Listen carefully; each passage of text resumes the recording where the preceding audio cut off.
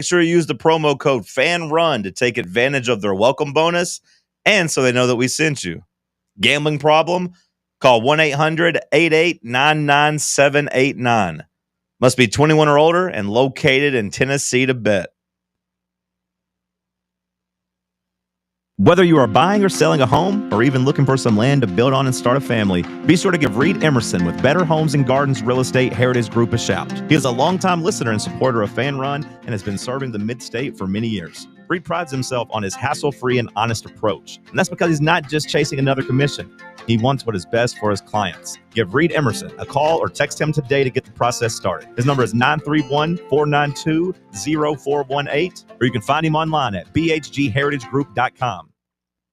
Good morning, Fan Run Nation. Man, oh man, this weather. Let's take a deep breath and exhale. This is real, folks. Fall is just around the corner, and so is football.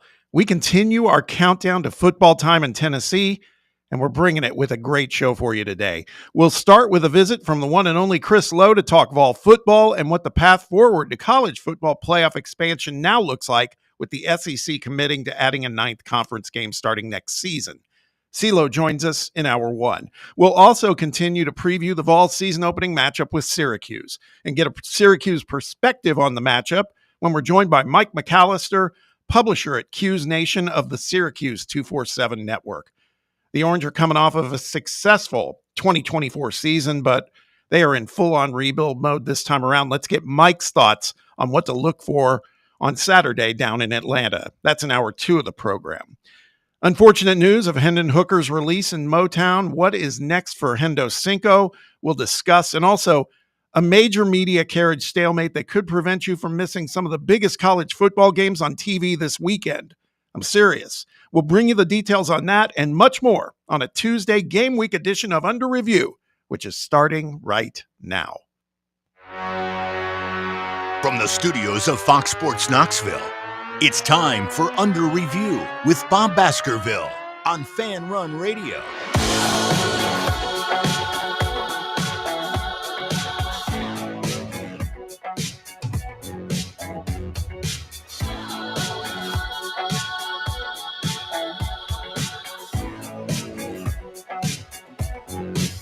Welcome, welcome, welcome. Only 4 days, 98 hours till football time in Tennessee. Only 55 and a half hours until week one officially kicks off in college football. And only 9 days till the NFL regular season kicks off. Fall is in the air. Football is in the air. Life is good around these parts. We're here to bring it to you and talk about it today. Let's ride. We are coming to you live from the White Claw Hard Seltzer Studios of Fan Run Radio. This is Under Review. I'm your host, Bob Baskerville, joined as always by Sam Beard. I got Brett Hollander in the production booth holding things down. And you, the listener, we always appreciate your support. Listening to the show however you choose to do it, whether it's on the radio dial, AM 1340 or 105.7 FM, maybe a live stream. Compliments of Fan Run Radio on your desktop or laptop, maybe on your mobile device, using that free Fan Run mobile app, streaming us that way. Maybe you check us out later as a podcast. You're time shifting your media consumption. We get it. It's a busy life. Or maybe you're watching us on video. If you can see us right now on YouTube, Fan Run TV. Hello, happy Tuesday. You can watch us there. You can also watch us on X. Pretty much everywhere. Wherever you consume your content, wherever you want to follow us, we're there for you. And we can't thank you enough for the support of our show, of the station, of the brand. So much going on. Got a lot to talk about with football, of course, coming, but we got a lot happening here at the station as well. Some big news coming down later this week. I think everybody's going to be pretty excited about it. We sure are around here. You can also interact with us live today on the show. Phone lines are open. Text box is open too. You can use the same number to get to either path. Area code 865-966-3435. That's 966-3435. You can also hit us up on X at Fox Sports Knox. And you can also chat on Fan Run TV. talk to us there. We watch and we will resume our dialogue. We'll respond accordingly. Boys, you know it's football time when Salvador the Dolphin makes his picks for a big game like ours on Saturday. I don't want to hear any more negativity, Brett. Salvador the Dolphins made his pick. You got to roll with the Dolphins. Yeah. That's it, man. Yeah. Salvador don't lie. Good job, Salvador. He seemed very contemplative on it too. He's kind of looking at both helmets. I don't know if anybody might not know what we're talking about, but yesterday down at the Atlanta Aquarium, they put a helmet out for the Syracuse Orange and a helmet for the Tennessee Vols, and let Salvador and his sidekick Kai was there too, but Kai really didn't do much. It was Salvador that made the pick. I kind of thought he was about to pick Syracuse. Yeah. Made me wonder if maybe one of the Dolphin trainers is like just a Tennessee fan, and behind the camera was just like other direction, like go to Tennessee. And then the Dolphin was smart enough to be able to be like, okay, I'll go to the other helmet. Exactly. But hey, I'll take what I can get. Made me feel more confident. You know, you never think about it as much with Dolphins, partly because they're just good-natured, friendly fish. But when Salvador had his mouth open, he's got quite a few teeth. Aren't they really smart too? Yeah. So that makes it more of a legit pick. Yeah, well, that's true. Exactly. It's not like just some, you've seen that dog like hit the ball and it just bounces and it just happens to go in that basket. But Dolphins are really smart, so we got to take him. This guy knows ball. He's a new Corso. He knows the ball. water. Salvador's like Aguilar or Angeli. I'm going Aguilar's throwing more passes. I'm going that way. Brett, do you remember like way back in the day there was that octopus that was like incredible at picking the World Cup? He got like all the way to the semifinals or something like that. Just perfect. If you're a betting person, you started to have to roll with the octopus. Yeah. I do remember that. Yeah. I remember that being a huge I wonder what his name was. A huge fad. Yeah. That's the World Cup octopus. I don't even remember what year it was. But yeah, you got to take the animals. Yeah, Paul the octopus, 2010. There we go. Pretty amazing. Paul the octopus. So Salvador gets this right. We got to keep going to him each week, right? This octopus correctly predicted 8 World Cup games. Wow. I mean, I think that's incredible. Yeah, absolutely. So I got into the spirit. Got myself a little nice drinkware with the new. You like that new logo? I don't know. I got sucked into buying it. I don't know how I feel about it. He looks mad. Scares me a little. But kind of doesn't give me like the traditional feel of Tennessee that I always like to think of. Makes me feel like we're a little bit more of like a high school mascot. Well, the only thing I would say is remember, well, I don't know if they still do it in Neyland Stadium. I know for a while they were playing that recording that would say "Sick 'em, Smokey." That was a while back. And if you think about that, and you think about our mascot Smokey, he just looks like kind of a just a kind of a happy dog. Mm-hmm. If we're wanting to take an angle that we're a little more angry than that, then you go with Angry Smokey. I guess they try to make him angry there. Yeah, that's what I'm saying. I think that's the play. Yeah. And they bought into it at Dick's. My God, man, they had like a, what do they call it, an end cap. They had like a whole area dedicated to this stuff. Bags, drinkware, hats. I have been seeing the new stuff roll out. Yeah. I don't know. I like my Power T. Oh, I like that too. We'll get some feedback, I'm sure. We got a lot to cover today as we're sitting here talking about my drink cup and Salvador the Dolphin. But let's say hello to the gang quickly. Sam, how are things, man? Doing good. Got my first couple episodes of the Southeastern Conversation back under the belt. Feels good. Go check that one out. Just posted today's episode right before we got in here. So check that out after our show. Obviously, you got to be tuned in to Under Review right now, but feels good to be previewing some ball. the weather when I walk out in the mornings is just unbelievable. Oh, yeah. I mean, this morning just felt incredible. I feel like I should sleep outside or something like that. It's feeling so good right now. But one day closer to ball. Just got to stay focused here, Bob. I know. It's so close. I can almost touch it. So close. So close. But I'm doing good. I don't have a whole lot to report. Didn't really get into a whole lot of sports or anything last night.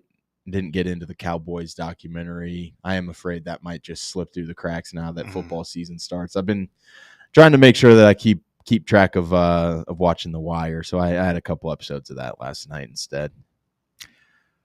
Yeah, tonight's gonna be tough because here's a couple of things. I didn't watch any additional episodes of the Cowboys doc last night either. I was kind of busy because we were replacing the batteries in our smoke alarms throughout the house. Nice. Chirp, chirp, chirp. We were out, and my daughter calls my wife and says, a big alarm just went off, and me and the dog just went outside. She treated it like a fire drill. She was like, I don't know what to make Getting of out. it. So we were like, okay, well, we'll get home and see what's happening. And, all these fire alarms, or smoke alarms rather, or CO2 alarms, they cover it all.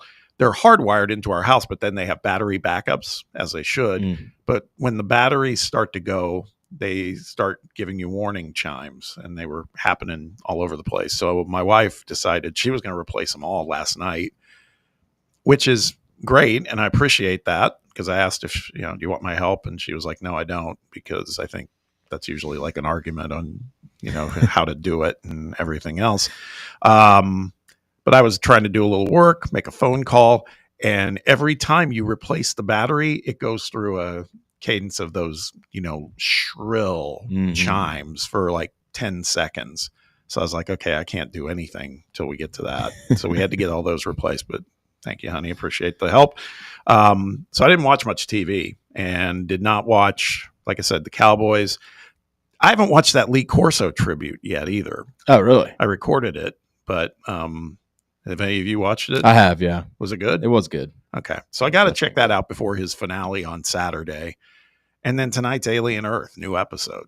So nerds like me and Jake, well, Jake will be back tomorrow, so I'm sure he'll want to talk about it too. Probably have our final summer taste test tomorrow too, and I'm not sure what it's going to be. Got to work on that. But yeah, so last night was just kind of disruptive, would be the way to put it for me. It was tough, but I got through it. I'm okay. We're all okay. Brett, how are you? Good. Had a fancy draft last night. Dominated it.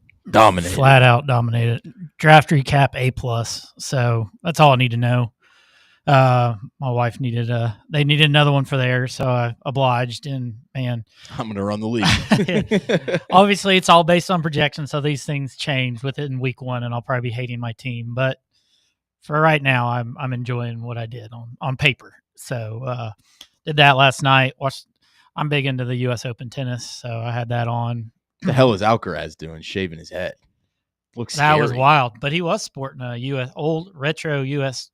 soccer jersey, an old school one during his warm-ups. Nice. Okay. Before the round. But yeah, that was shock. It made him look so much thinner. I don't know if it was his outfit too, but yeah, it was something seeing him without that hair. But yeah, he looked good. He looked in shape, and that dude he was playing about 7 feet tall. I don't know. I mean, I think he's 6'11". I don't even know how somebody like that moves on a tennis court. But yeah, I did that, and I've gotten into this Hostage show on Netflix. I'm big on, like, if something pops up and it's like first on Netflix, I watch it. Like that moment. It's a great show. I loved it, and so did that. But yeah, other than that, doing good. Yeah, and by the way, I think you were gone, Brett. Sam and I were talking about this yesterday. The whole blow up that Medvedev had the night before. Gosh, yes. That was crazy. Because a buddy of mine works the U.S. Open, and he's one of the courtside cameramen for ESPN. And I was wondering if he was there on that court, because he has also said in the past that Medvedev, for as much of a hothead as he is on the court, he's been on standing right by him during warm-ups and everything, shooting video, and said he's like totally chill, like a totally different person during warm-ups, and then like flips a switch in match play. I think it's because he's fallen off. Like, he was a top 5 player in the world, and now he's been losing first rounds and things like that, and it's just gotten almost out of control. But I don't know what that camera guy was doing. Yeah. Like, I mean, well, and that was the thing. I was asking my buddy. I was like, "Hey, were you on that court for that match?" He said, "No." He goes, "That was the Armstrong court. I think he's on Arthur Ashe court." And he was like, "Nah." He goes, I certainly saw it." And he goes, "That was like, that's all anybody could talk about there." Like in the truck, in the stands. I mean, guy was a little unhinged, basically. Listener Buck on the live chat said, "I heard if Salvador gets this right," he was asking a question. It's like, guess he's saying we believe in Salvador. Win. That's it. And then Mr. Jones says he heard me when I said sick 'em Smokey. He goes, "Remember turn down for what? Little John on third down." Yes, sir. I'd prefer not to remember that. that had its moments, though. Yeah. Overplayed. Yeah. Let's not do it on 3rd and inches and 3rd and 1. Yeah. 3rd and long is one thing, but like, yeah, QB sneak, when you're probably not going to do it. But exactly. That's about it. We got a lot to talk about today. We're going to continue to preview Vols against Syracuse in the second hour. Got a guy who covers the Orange for the 247 network. Mike McAllister is the publisher at Q's Nation. We get his take on things because I got to be honest with you. I can tell you a lot more about what happened with the Orange last season than I could this season. It feels like there's a bunch of unknowns. I would imagine he's closer to the program and the coverage, so we'll learn more about him, maybe some things to watch for when we're watching that game on Saturday. So he'll join us in hour 2. In hour 1, though, we're going to talk a little bit about the Vols in general, maybe a little bit about what we heard from Josh Heupel yesterday, along with a little perspective from Chris Lowe, who does a great job, obviously, over at ESPN, new friend to the show. Just get his take on the expansion to 9 games for the SEC Conference regular season schedule starting next season. And mostly, not so much like, we could ask Chris, what 3 teams do you think we should be playing and all that stuff. But more importantly, I'd like to get his take on what he's hearing with, will this slow down some of the freight train that was starting to build on just immediately expanding the college football playoff format? It's not happening this coming year, of course, but it makes me wonder what happens in 26 and beyond. And maybe with the SEC doing this, that might have calmed some people down. But there's still probably some expansion afoot, just probably not crazy expansion. We'll get his take on all of that. Got to talk about Hendon Hooker a little bit later. That was kind of a bummer, but at least from my perspective, Sam, not entirely surprising. We've talked about he's been struggling in the preseason at Detroit. So, and then when Dan Campbell says, maybe a change of scenery might be good for Hendon. I mean, when he says that, that's writing's on the wall, I'm afraid. So we'll talk about all of that. So a lot to cover today. We're going to take our first time out. And when we return, Chris Lowe will join the show. So stick around. Be right back. It's Under Review on Fan Run Radio. The flagship station for Tennessee fans. This is Fan Run Radio. Yee-haw! I've been hooting and hollering ever since I started betting with the VIP Play app. VIP Play has more than 200 leagues, every bet type you can imagine, live betting and live hosts, all with 24/7 support from real live people when you need them. Start betting better with the VIP Play app today. Don't be a better, be a better with VIP Play today. Download VIP Play today or head to VIPPlayApp.com. Make sure you use the promo code FANRUN to take advantage of their welcome bonus and so they know that we sent you. Gambling problem? Call 1-800-8899-789.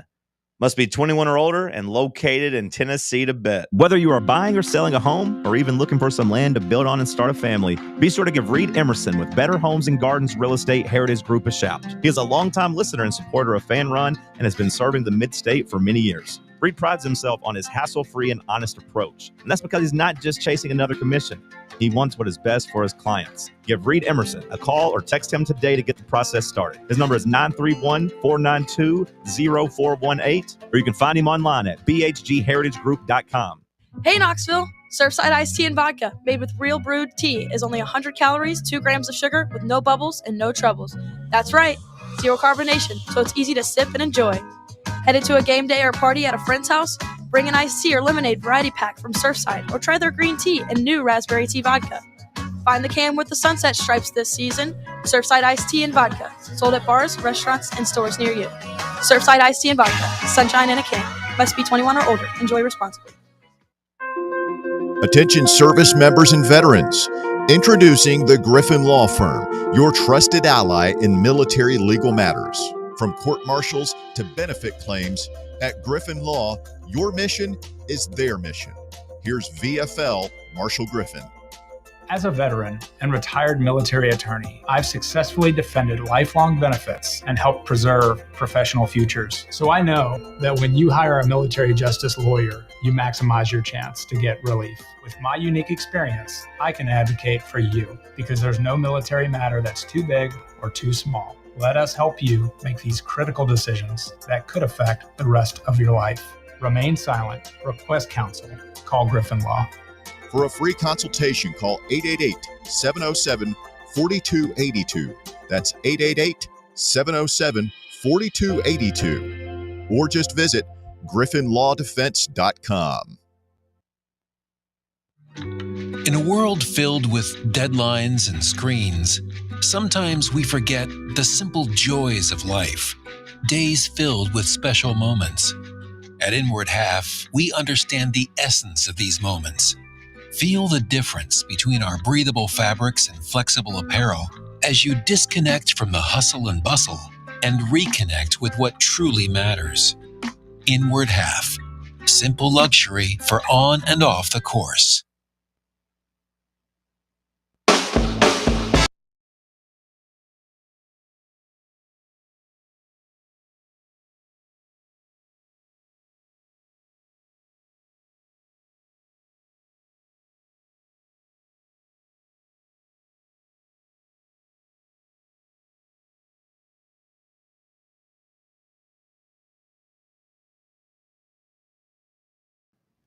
Got a big game this weekend, obviously. There's a bunch of big games across the country in college football. Of course, our Vols in Atlanta against Syracuse, top of mind for us. So let's talk about that. Let's talk a little bit about the college football landscape in general, including some news that came down late last week about the SEC adding a 9th regular season conference game in the 2026 season. And more importantly, what does that mean then in terms of what feels like some sort of gold rush for all these conference commissioners to try to expand the college football playoff format? Does maybe this slow things down just because there was such an expectation to get the SEC to get on board to 9 games? We'll talk about all of it. We're joined by a guy who's a friend and does a wonderful job covering college football. He's been doing it for a long time. Familiar name and face around these parts. It's Chris Lowe from ESPN. Chris, thank you for hopping on with us again, buddy. How are you? I'm outstanding. It's always good to be with you guys, Bob. Yeah, thank you. Let's start maybe before we get into the games at hand and the season ahead. Let's talk for a second. I know this went down later last week, but I wanted to get your thoughts on it, and that is this expansion in the SEC to 9 games. We know there was a lot of huffing and puffing about this with other conference, commissioners, namely the Big Ten, and Kurt Signetti dropping some, snarky comments at Big Ten Media Day about strength of schedule, et cetera. And we talked about it here, and we said, so the SEC with Sankey, we knew he wanted to do this. He wanted to get to 9 games. Not only did we do that, then as I said, he hung on the rim a little bit and then said also SEC teams, you're going to all play at least one Power 4 conference team in a non-conference matchup to kind of put nothing to doubt at that point about the strength of schedule that's going on with the SEC, which was strong already. But I just want to get your take on that, and along with the fact that again, right before this was all happening, the Big Ten was talking about a 24 or 28 team playoff format. And I mean, which is just feels like madness. And I'm hopeful that this kind of allays some of that, but do we still feel that there's probably some playoff expansion in the offing? Maybe not next year, but soon. Oftentimes, Bob, in these types of decisions, the people that are forgotten or the people that aren't thought about are the fans. And I think this is a win for the fans. I really do, to see more conference games, to see teams play each other more often. I made this example last week to somebody. So Georgia and Alabama are going to play in Athens this year. That's only the fifth time that those teams have played in the regular season in Athens in the last 30 years. And to me, you're two blue bloods, two of the blue bloods, and they don't play more than that. It's not very representative of a conference to me. And I think that's to me is good. I think you get better home schedules. Schools are going to make more money. TV's going to kick in more money. I think you have a chance now to sell another marquee home game. I talked to one AD last week who said it could be worth as much as $10 million to them. And at a time when all these schools are looking for more money. I mean, now, listen, I'm not crying tears that I love all these ADs. People say, we don't have the kind of money it takes to dole out $20.5 million in rev share, and yet they're spending like crazy on everything else, taxing the hell out of fans. But there's a chance to sort of go get more money with this and have some money to use in rev share. The playoff to me is, I think it will impact the playoff, and here's how. I think it's going to make it easier now. There's more of a pathway to get something done because you have a little bit more of an even balance now. The SEC plays 9 league games. The Big Ten does. The Big 12 does. I think the ACC will get there.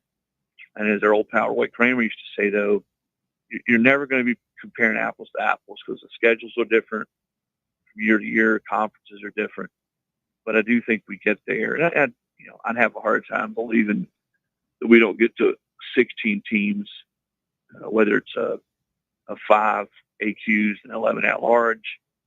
And I don't know that the Big Ten is just going to automatically agree to that. There's probably a better chance. Or, they wanted 4 automatics for the Big Ten, 4 for the SEC, and 2 for the Big Ten, 2 for the ACC, Notre Dame, and a few at large. But I do think we get to 16. Now, the 24-28 team proposal, I think there's a better chance that our buddy Rick Barnes tells his guys, you know what, we're not going to worry about defense this year. We're just going to run up and down the floor and shoot 63 pointers a game, which we know that's not going to happen. So I don't see the 2018, 2014 proposal going off. As one SEC administrator told me, he called it a half-baked idea. Chris, a lot of the people here around Knoxville, obviously anxiously anticipating kind of the debut of Joey Aguilar, and I think maybe holding back kind of some expectations through those first 2 games. But how much of the offense do you kind of expect Tennessee to throw at Joey Aguilar before this Georgia matchup? I think you obviously don't want to put maybe too much on tape for Kirby Smart in that defense, but I'd also imagine they want Joey to kind of feel as acclimated as possible before such a big matchup. Yeah, I think you got to turn him loose, though. I think you got to let him do what he does. And when you go into an opener, there's so many surprises typically. Do you take care of the ball?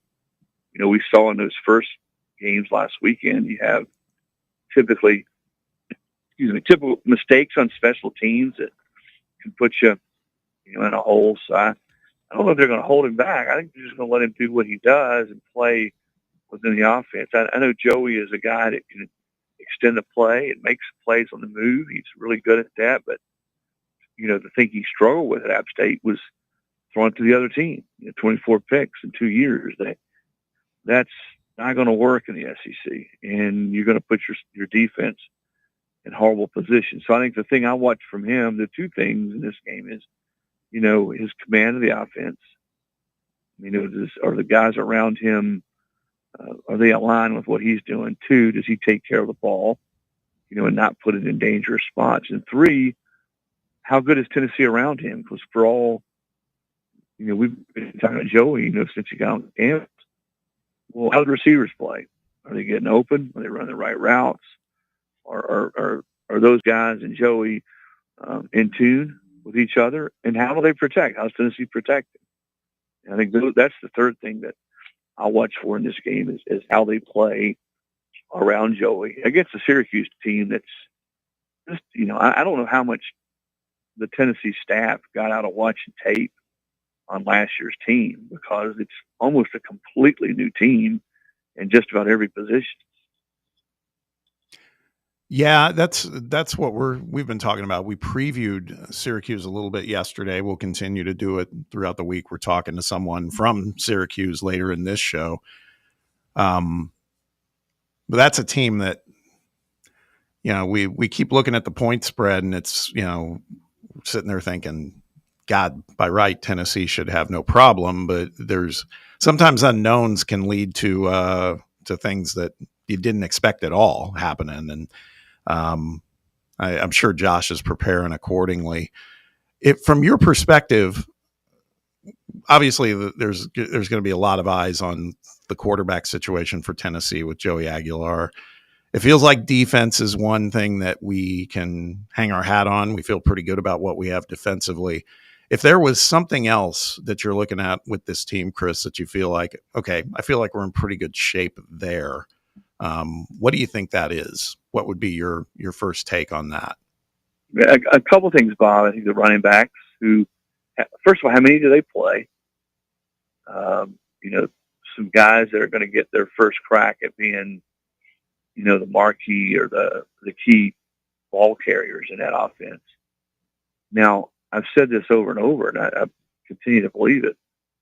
I think the constant with Josh Heupel throughout his career is they've run the football everywhere he's been, no matter what the quarterback looked like or did, or how they could spread teams out. 22, when they were lighting up everybody and Hooker was going gangbusters, they were throwing the ball over the ballpark. They still ran the ball, and I think that was key. And I think the same thing with this year. But who are those running backs? How do they play?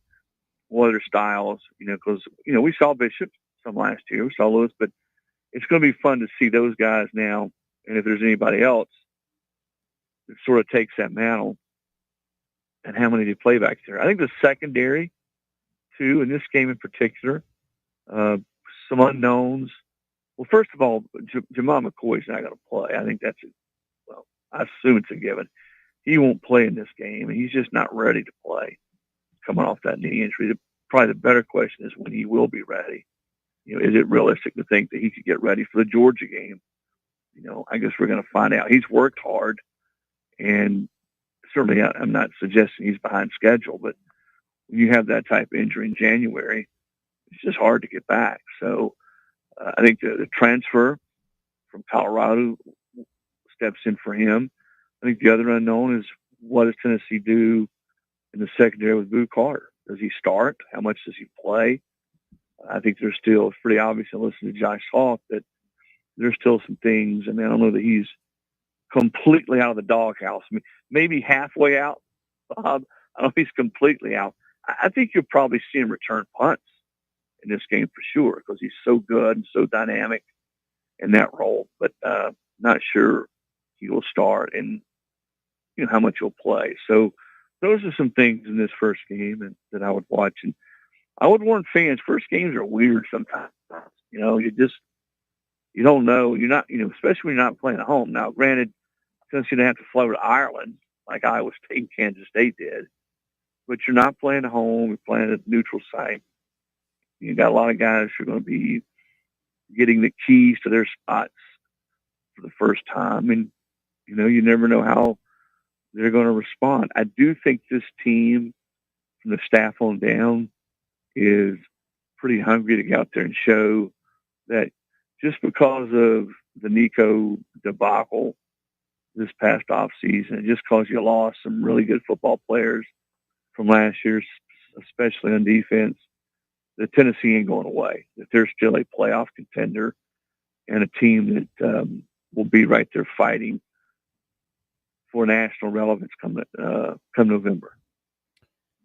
There's a handful of top 10 matchups and just so many other great games in this week's opening slate. What do you feel like is going to be the biggest storyline from the country that we're going to be sitting here talking about on Monday? Arch Manning, how did he play? What did he look like? Is he the real deal on the road? Tough situation. How did he respond? I mean, I think that's what everyone is going to be looking and watching for. And, I certainly will. I mean, I know I've seen Arch. I've watched him practice. He's terrifically talented. But, his third year on campus, this is his first time that he started the first game, and it's been his team. What's he look like? I think the other is Clemson back to being what Clemson was from 2015 to 2019. They won 2 national titles during that stretch. They played in 2 others. Well, they got LSU, a top 10 matchup at home in the first game. And, a tough matchup, challenging matchup. LSU has been awful in season openers under Brian Kelly. Can they reverse that? I think that's another one of the compelling storylines this weekend. So I love games, guys. I'm a little bit of a freak show when it comes to playing games like this on campuses. I hate the neutral site games, and that's nothing against Tennessee because they played a ton of them, and they're playing one again this year. But I love seeing blue blood schools, football centric schools. Certainly Tennessee's one of those, but like an LSU going to Clemson, like a Texas going to Ohio State, Alabama going to Florida State, and to have those types of matchups in the first week, I mean, it really gets my blood boiling. I mean, I can't wait to see these teams go on the road and this first real litmus test to see who's got what. We're talking with ESPN's Chris Lowe. You just mentioned Alabama a second ago, and I had a chance to check out the piece you dropped this morning on ESPN.com regarding your time you spent down in Tuscaloosa with Kalen DeBoer. And it's always of interest to Vols fans around here because they're one of the arch enemies. And last season there were moments where the Tide struggled, and we know that they don't, that fan base doesn't suffer anything that's closely resembling not being excellent. And they were kind of short of that last year. Kalen DeBoer sees that based on what you wrote, but maybe elaborate a little bit about what you guys talked about, because it feels to me like in most circumstances, Kalen's a great coach, and year 2 after a 9-4 season would not be considered like a big measuring stick season. But for him, I think it truly is, just because of the circumstance. Well, it's Alabama. Yeah. And as Nick used to say when I would spend time with him, every year is Armageddon. Now, I don't think anybody ever put more pressure on him than he put on himself. But yeah, in year 2, when you're going in behind a Nick Saban, certainly what happened last year, some of the inconsistency and frustration can't happen. I mean, they look really good against Georgia in the first half. They go to LSU and win at LSU, but then they lose at Vandy. They lose to Tennessee. And, oh, by the way, Saban also lost to Tennessee there late in his career. 2 of the last 3, Bama has lost to Tennessee, and that doesn't sit well with the Crimson Tigers, I can promise you that. So the leadership, I think, is better on this team. There's more of an understanding of who Kalen is, what he expects. Getting his offensive coordinator back, Ryan Grubb, I think will be a huge deal for this football team. And they understand that some teams beat up on them last year that typically haven't beaten up on them. And then there's been some talk in the offseason, as I wrote in the article, there's sort of an air of invincibility, or an air of vulnerability around this program that you haven't felt in a long time. And that makes those guys on that team mad. And so we'll see how they respond. I do think, Bob, on the field, watching them practice and talking to their coaches, they'll be outstanding on defense. I think they'll look a lot like some of Nick's better defenses look like. Now, I'm not saying that they're going to be exactly the same, but they look closer to that up front and the defensive front. And I think their secondary might end up being one of the better secondaries in college football. Is there a coach out there that you think has the most pressure on them individually to get their group a win in week one? Because for me, it's kind of hard for me to think of anyone who needs a win more than Hugh Freeze to maybe quiet some of the noise around their program. Yeah, you stole mine there. Hugh's got probably. Well, let me say it this way: of all the teams that play that first week in the SEC, I don't think there's a more important game than Auburn's game at Baylor on Friday. Now, one game obviously doesn't define a season, but that's one that if the Tigers don't win, you guys know it'll get pretty ugly on the Plains after week one before you ever even play your first SEC game. That's the last thing they want. And it's even more important, I think, for them to have some momentum or build some momentum on offense and for their new quarterback, Jackson Arnold, to play better and more consistent and generate confidence around him. I know I was there in the spring, and everybody was saying all the right things, the defensive players, and about how he'd come in and really ingratiate himself to the team. But now he's got to go out and perform. He lost his confidence last year at Oklahoma. They lost confidence in him. He gets a reset now. What does he do with that second chance? And they're going to need him. He doesn't have to be Cam Newton, but he certainly needs to be a guy that can help them on third down. He can throw the football down the field. Their receiving corps should be outstanding. They'll be one of the better receiving corps in the league. But no, you're dead on. It is his third year. People are going to want to see progress on the field.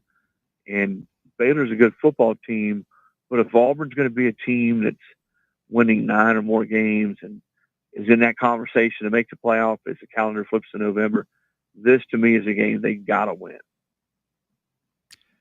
One more for you, Chris, out the door, and it's for our guys, Tennessee and Syracuse.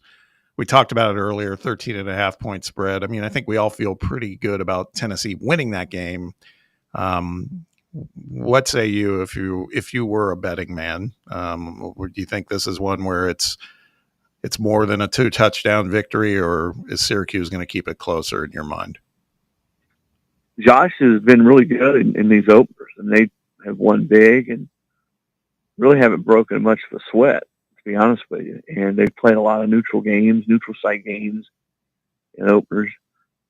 I don't think Danny White's the one that scheduled all these games, but whoever Tennessee's schedule maker was, and I mean this sincerely, did a nice job of scheduling games against Power 4 teams that weren't necessarily powerhouses. It gives you a chance to go beat a Power 4 team, but you're not playing Ohio State, you're not playing Michigan, you're not playing USC, you're not playing Florida State.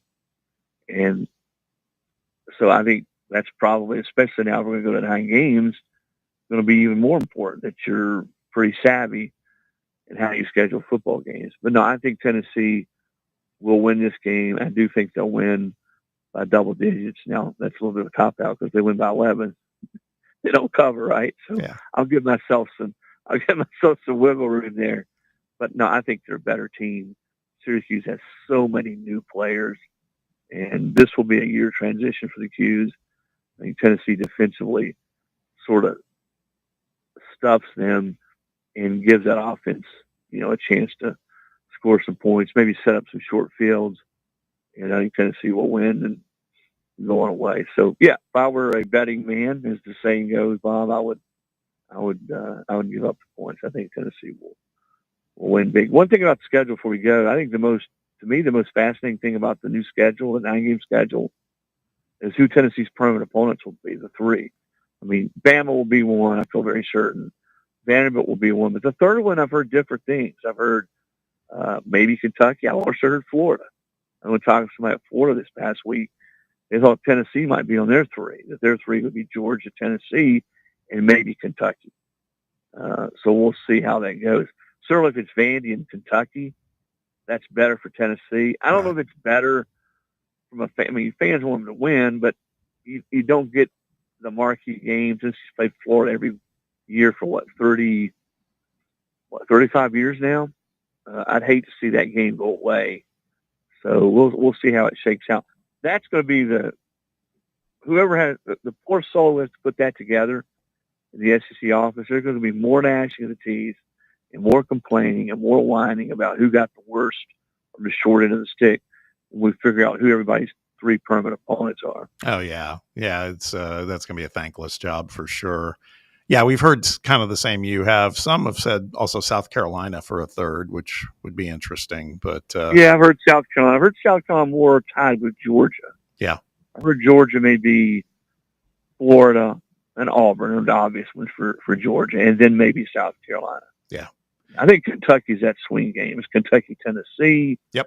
Or are they Florida? And I think that's where, we'll find out. But, I mean, selfishly, because I'm a child of the 90s and when Florida and Tennessee was such a big game every year, I'd like to see Florida stay on the schedule. And I think Florida, Tennessee, even if Florida's had their way with the ball, I still think that is a game around the country that people are always going to want to tune in and watch and see. And we're with you. We talked about that as well. I think you're right. Even though they're a thorn in our side, it's one that it's also pretty glorious when we take them down. So, hey, listen, man, as always, appreciate you hopping on. It's good talking to you. You can follow this guy's work, obviously, over at ESPN.com. Does great stuff. Covers college football as good as anyone you're going to find. So, Chris, always good talking to you. Thanks for hopping on. Hope you have a great rest of the week. And here we go, man. Football's here. Yep. Absolutely, it is. Same to you guys, and you guys have a great day. Thank you, Chris. You too. Let's hit a break. When we return, we'll stay on the topic. This is good timing because good segue. The Athletic just released the results of a reader survey based on their feedback, identifying who respective SEC fans want to see their programs play as the permanent rivals in that new 9-game conference schedule. We'll break that down for you in the final segment of Hour 1 when we return. Stick around. It's Under Review on Fan Run Radio. You're locked onto Fan Run Radio, 105.7 FM, 1340 AM, and online at fanrunradio.com. It's football time at Tennessee, so crack open a cold beer that doesn't fumble the flavor. Garage Beer is 100% beer-flavored beer. No gimmicks, just cold beer. Built for bonfires, backyards, and beating Bama. Garage Beer is proud to be brewed right here in the Volunteer State. So pick up a 12-pack today and look for the drive celebrating Football Fridays at select Garage Beer headquarters around town this fall. American-owned, Tennessee-brewed Garage Beer. 100% beer-flavored beer. Are you tired of hiding your smile because of crooked teeth? At Knoxville Smiles, we've got the perfect solution. Invisalign. No metal, no wires. Just clear, comfortable aligners that straighten your teeth without anyone noticing.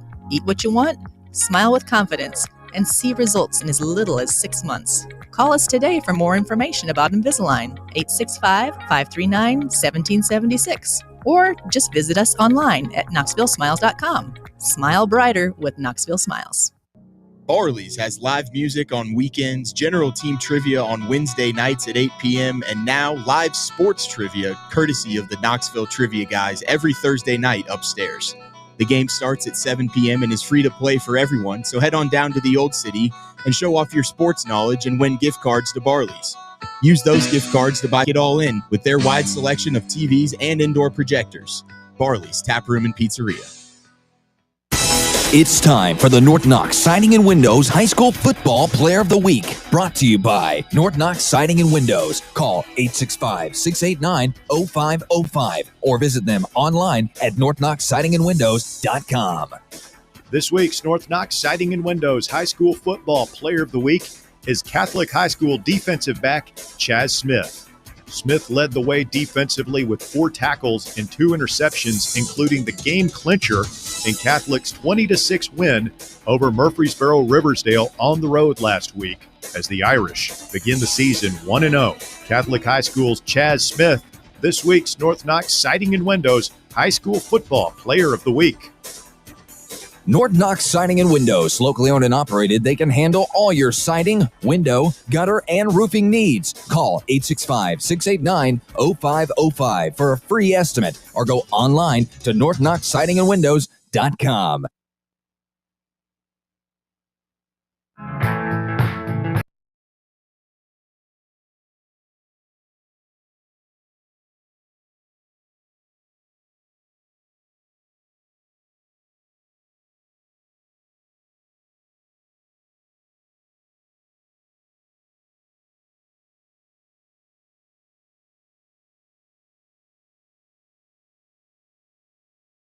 Appreciate Chris Lowe joining us, talking a little ball.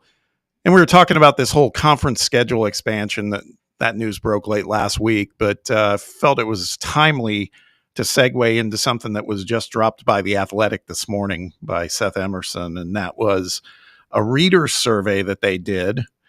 It was conducted over the weekend, and it just really underscored one of the things Chris said, man, this is going to be a thankless job for whoever is going to make these choices, namely for those third opponents, I think, when it comes to those annual permanent conference opponents. So the survey, there were more than 2,500 total votes, and the only options that they show here are the ones that receive 10% or more of the vote. Obviously, top of the list, let's talk about Tennessee and see where that netted out. For the Vols, their top three were Alabama at 97% and Vanderbilt at 88%. No surprise there. Kentucky was third at 60%, which... Got to preserve your traditions, Bob. Here we go. Clubbing baby seals over here, Sam. But I get it. Below them at 39% was Florida. So Florida's a polarizing one. Sam's scared of them. We'd like to play them every year. Brett and I would. Kentucky 91% of Kentucky fans want to play Tennessee. They appreciate a great rivalry too. There you go. They're just begging for anybody. Yeah. Come get it. Surprisingly, though, we've heard some of these people projecting South Carolina as our third. They weren't in the top five for Tennessee. It was Alabama, Vandy, Kentucky, Florida, and then with 10% of the votes, Georgia. So I do not want to play Georgia. I'd be like Sam on that one for sure. I would rather not play them on the regular. Listen, I'm not scared of them, Bob. I just want to preserve the great traditions of our conference. I know. I follow you. I understand. Hollow victories, man. Mm-hmm. Got to get them somewhere, though. I do agree. I mean, I'm not going to be heartbroken if we get Kentucky as our third. Alabama, their top three. Damn. Auburn, who's not Auburn like we once knew at the moment, but they're top, of course, 98%. Tennessee at 88%. LSU, 52%. In a lot of years, that's a hell of a threesome there. Got to keep LSU. Alabama is one of the best uniform matchups. True. In college football. Got to keep that. I still think back to that LSU Alabama game, the championship year with Burrow in 19.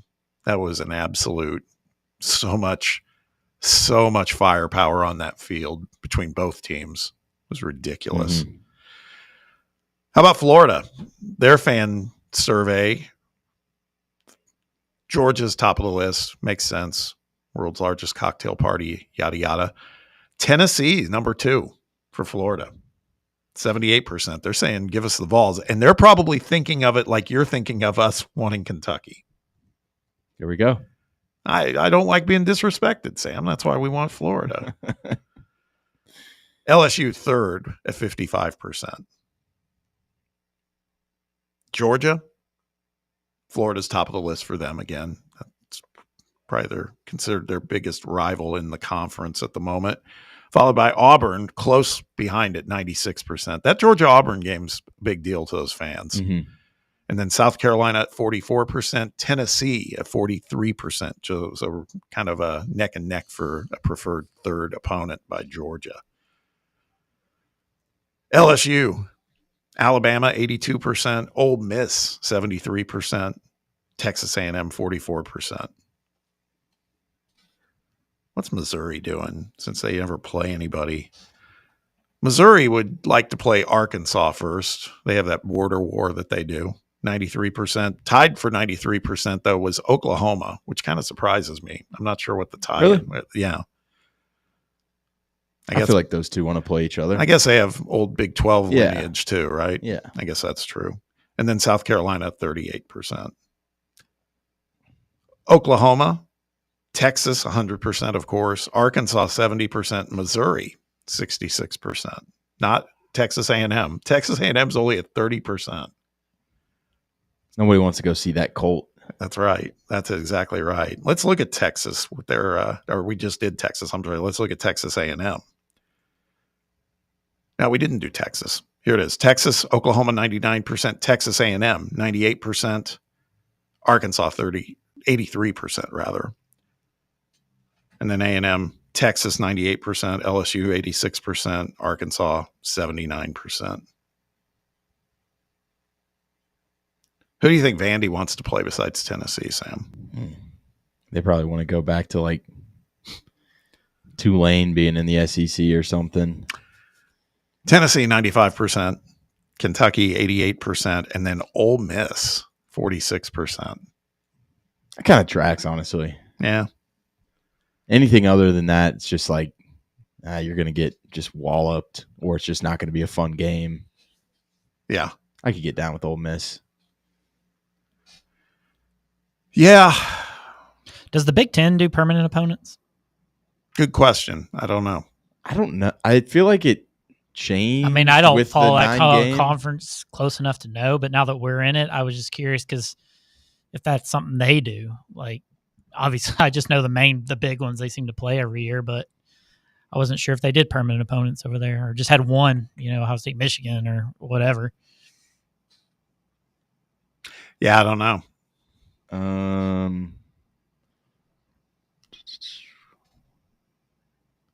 I think they only do one, maybe.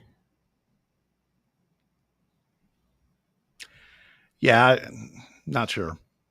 I never want to trust Google AI overview anymore. What do they say? Does it say they says have? Yes, they have protected rivalries that are played annually as part of the scheduling model, which also includes rotating opponents. Under the Big Ten's scheduling model, 3 permanent opponents are played every year by each team. Okay. Let's see what link that's from. Well, you check that out. We got to hit a break. We're at the top of the hour.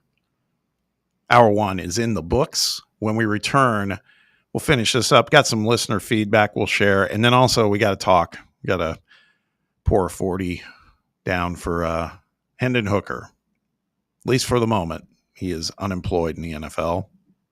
We'll talk about that.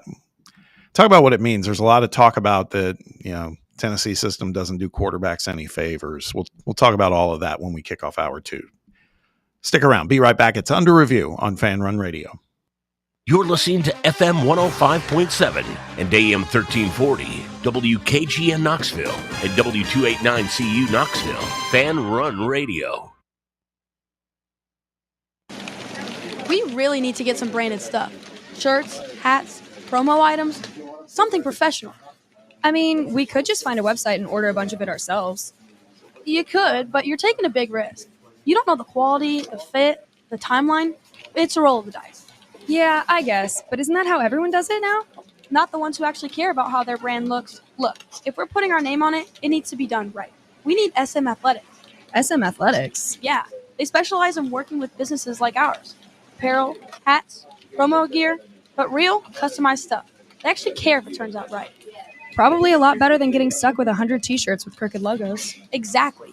Plus, they'll walk you through everything. Sizing, colors, material, so it matches the image we're trying to build. Makes sense. What's the name again? SM Athletics. Trust me, if you want to look like a real company, not a flea market stand, this is the move. If you're serious about your brand, work with people who are serious about getting it right. SM Athletics. Are you ready to show off that confident, radiant smile you've always dreamed of? Well, here at Knoxville Smiles, we're ready to turn your dream into a reality. At Knoxville Smiles, we're more than just a dental practice. We're your partners in achieving optimum oral health. From routine cleanings and checkups to advanced cosmetics and restorative procedures, we offer a wide range of services in an environment that makes every visit a positive and comfortable experience. At Knoxville Smiles, it's about more than just treatments. We're focused on creating a welcoming environment where you feel like family.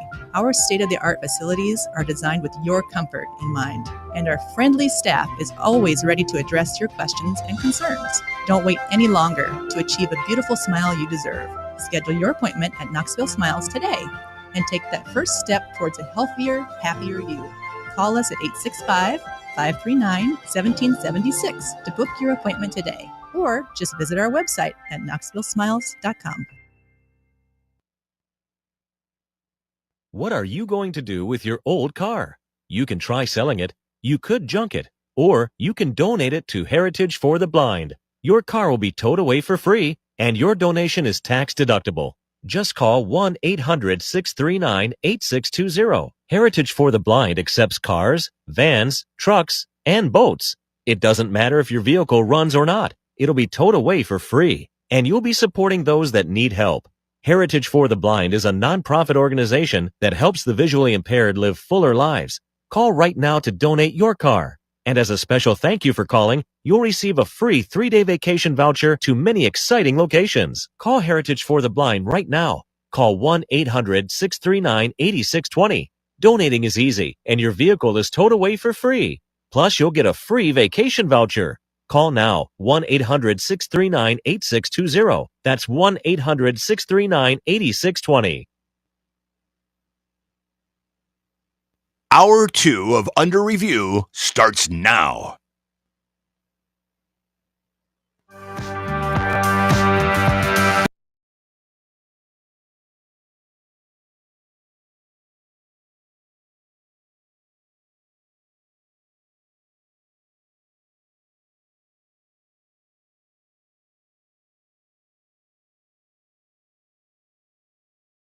And Sam and Brett here on a Tuesday, making our way through, getting closer and closer to football happening for Tennessee, for all the top teams in the country. Tennessee's one of them.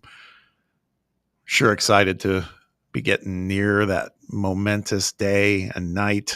God, Thursday night. Sam, there's like 17 games Thursday night. Mm-hmm. It's beautiful. I think there's a game at like 5:30. Let's go. 5:30. Let's go. Cannot wait. Let us know what's on your mind, too. Phone lines are open. You can reach us there. You can give us a call. You can text us at 865-966-3435. That's 966-3435. You can also interact with us, the live chat over on Fan Run TV, or you can interact with us on X at Fox Sports Knox. I'm going to be reading some of those posts from Fan Run TV here momentarily. But before that, quick note that on Saturday, if you don't have plans yet to watch the game at noon with the Vols and the Orange, why not head down to Barley's Tap Room and Pizzeria?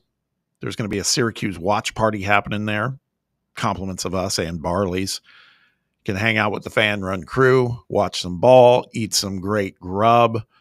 We know Barley's has some fantastic pizzas, chicken fingers, salads, wide selection of adult beverages that you can partake in. All sorts of stuff. Barley's is a staple in the old city. During the week, you can check out general team trivia on Wednesday nights at 8 p.m. Sports-only trivia Thursday nights at 7. Close to the ballpark if you're ever going to check out the Smokies. Their season's winding down now, but maybe you're one Knoxville fan. You could do the same. Hit Barley's. Why not? But definitely think about joining up with us on Saturday at noon down in the old city. Text a friend, as Dr. Danny used to say. Come join us at Barley's. Real quick, some feedback from the Fan Run listeners on the live chat at Fan Run TV. Mr. Jones, we're going to go into this with Hendon in just a minute. Maybe Hendon can go to the Titans to back up Cam Ward. And Buck says Hendon's not going to the Titans. Sorry, everyone. I'm a Lions fan. He just isn't that good.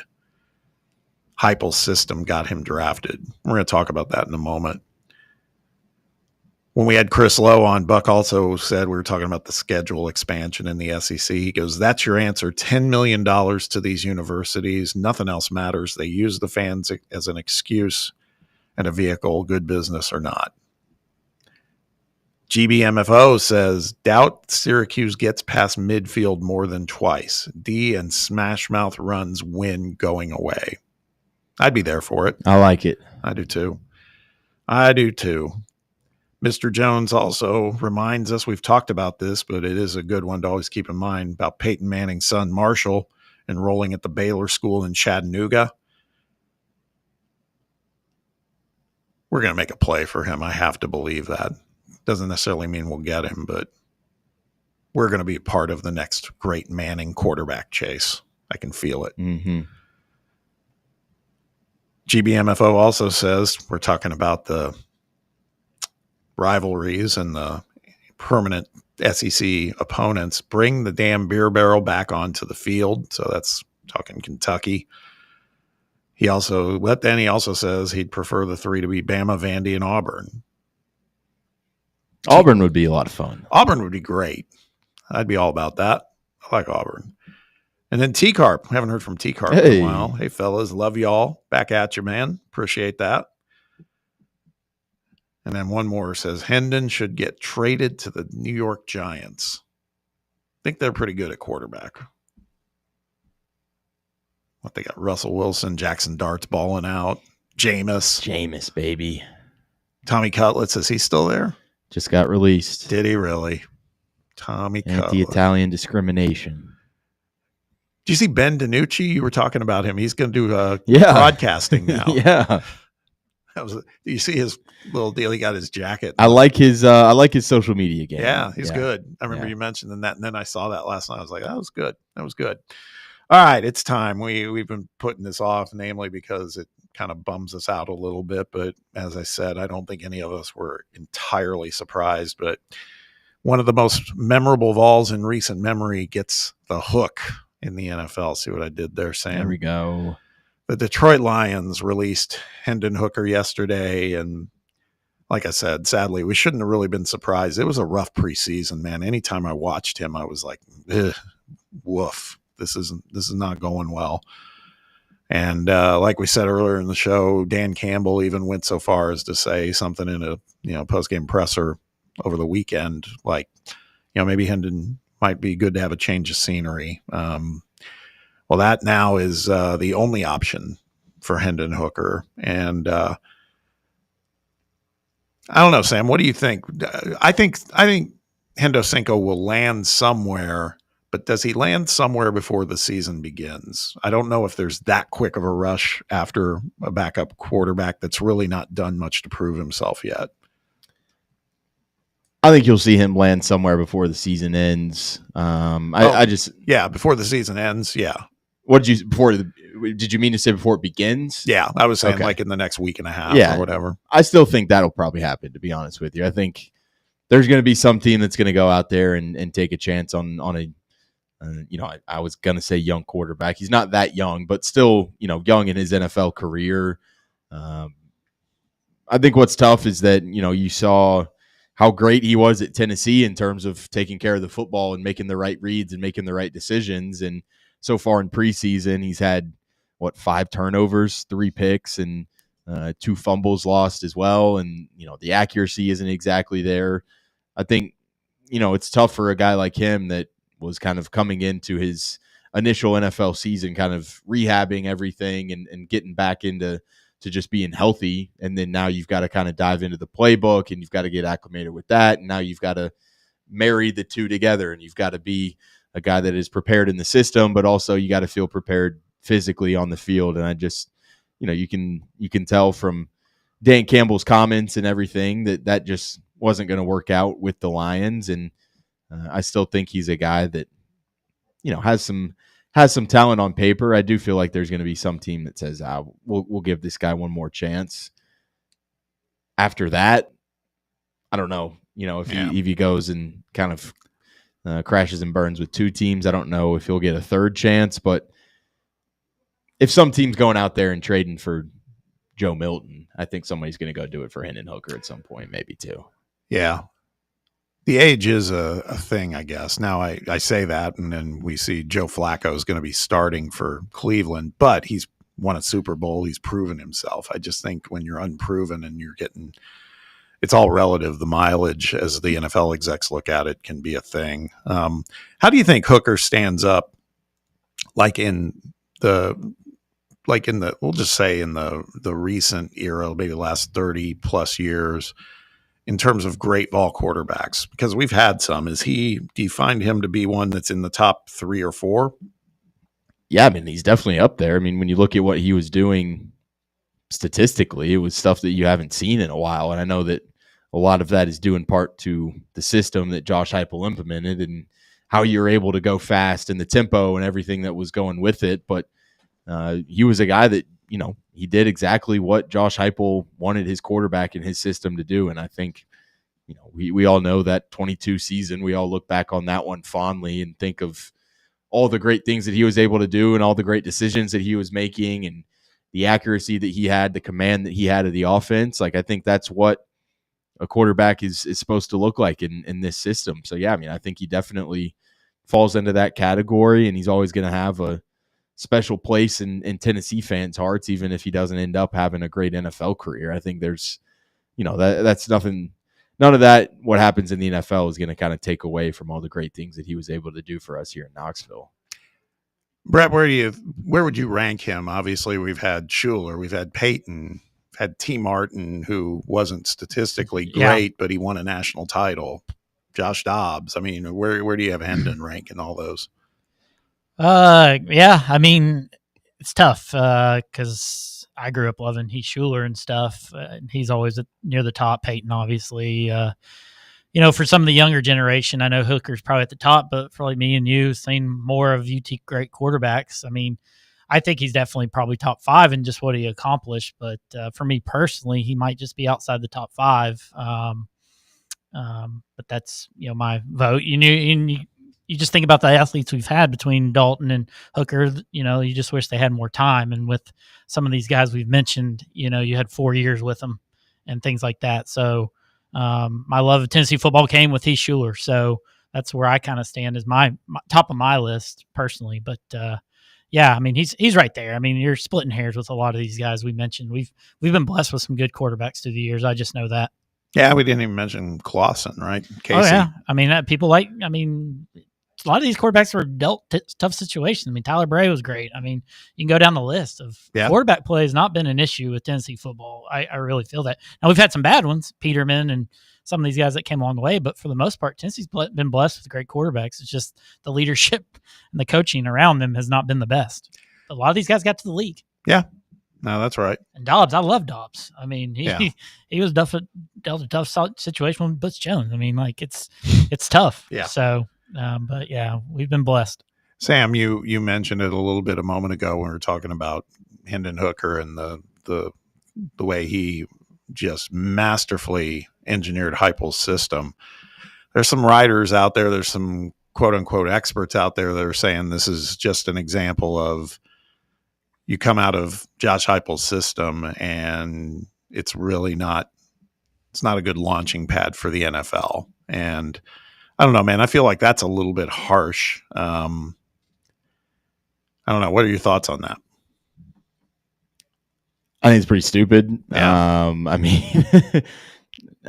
Sure, you can spin it that way, or you can say, the quarterback that nobody was really wanting out of the transfer portal that, was an injured guy that, had age problems coming into the draft, was not good at Virginia Tech coming in. I don't think he was really on NFL draft boards coming into his career at Tennessee.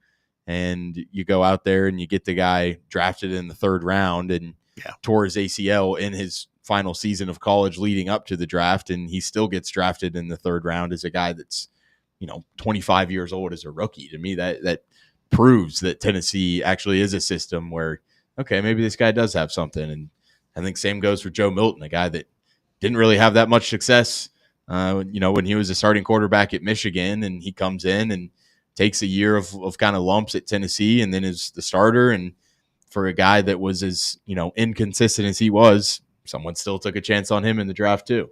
Yeah, I would agree. I remember watching some Hendon Hooker action when he was at Virginia Tech, and I think he got benched there, man.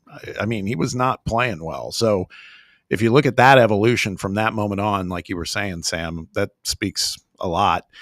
There's been some that have also thrown out like Jalen Hyatt. And it's like, well, A, not sure who's been throwing the ball to Jalen Hyatt. And B, if you're saying that and it's a blanket statement about Vols receivers, let's hold that for a minute. Let's see what happens this year with Cedric Tillman. Let's see what happens with Dante Thornton, because we've got some guys who I think are going to make it in the league. So I agree with you. I think that it's just, one of these pundits who's making a comment of, again, it's somebody who, in my opinion, has a bias thinking that Tennessee's offensive plan is a gimmick, and this is what happens. I don't buy it. I don't buy it. Brett, your thoughts on that? Heupel's job is just to get into the league, and then you're supposed to coach up the player once they get to the league. And Heupel, he's had some good college quarterbacks, but haven't done anything when they've gotten to the league. He's had guys drafted. We'll see what Dylan Gabriel does. He coached him for a year. We'll see if he gets any run. But it's hard to say.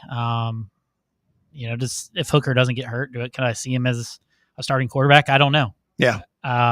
I don't think he's ever a starter as far as the NFL, but you look with for example, Malik Willis, he got traded from the Titans, went to Green Bay. He got another opportunity with a good offensive coach, things like that. And he made some plays for the Packers last year. He looked like a different quarterback. So who's to say Hooker can't do that somewhere else? So hopefully he gets another shot. I just worry if his time is done.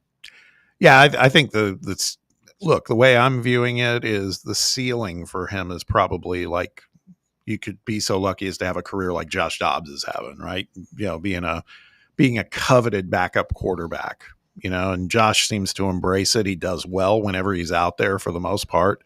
He was almost less comfortable as the guy. Mm-hmm. He had that moment where he showed out and really was showing flashes with the Vikings, but then it felt like everybody kind of figured him out, mm-hmm.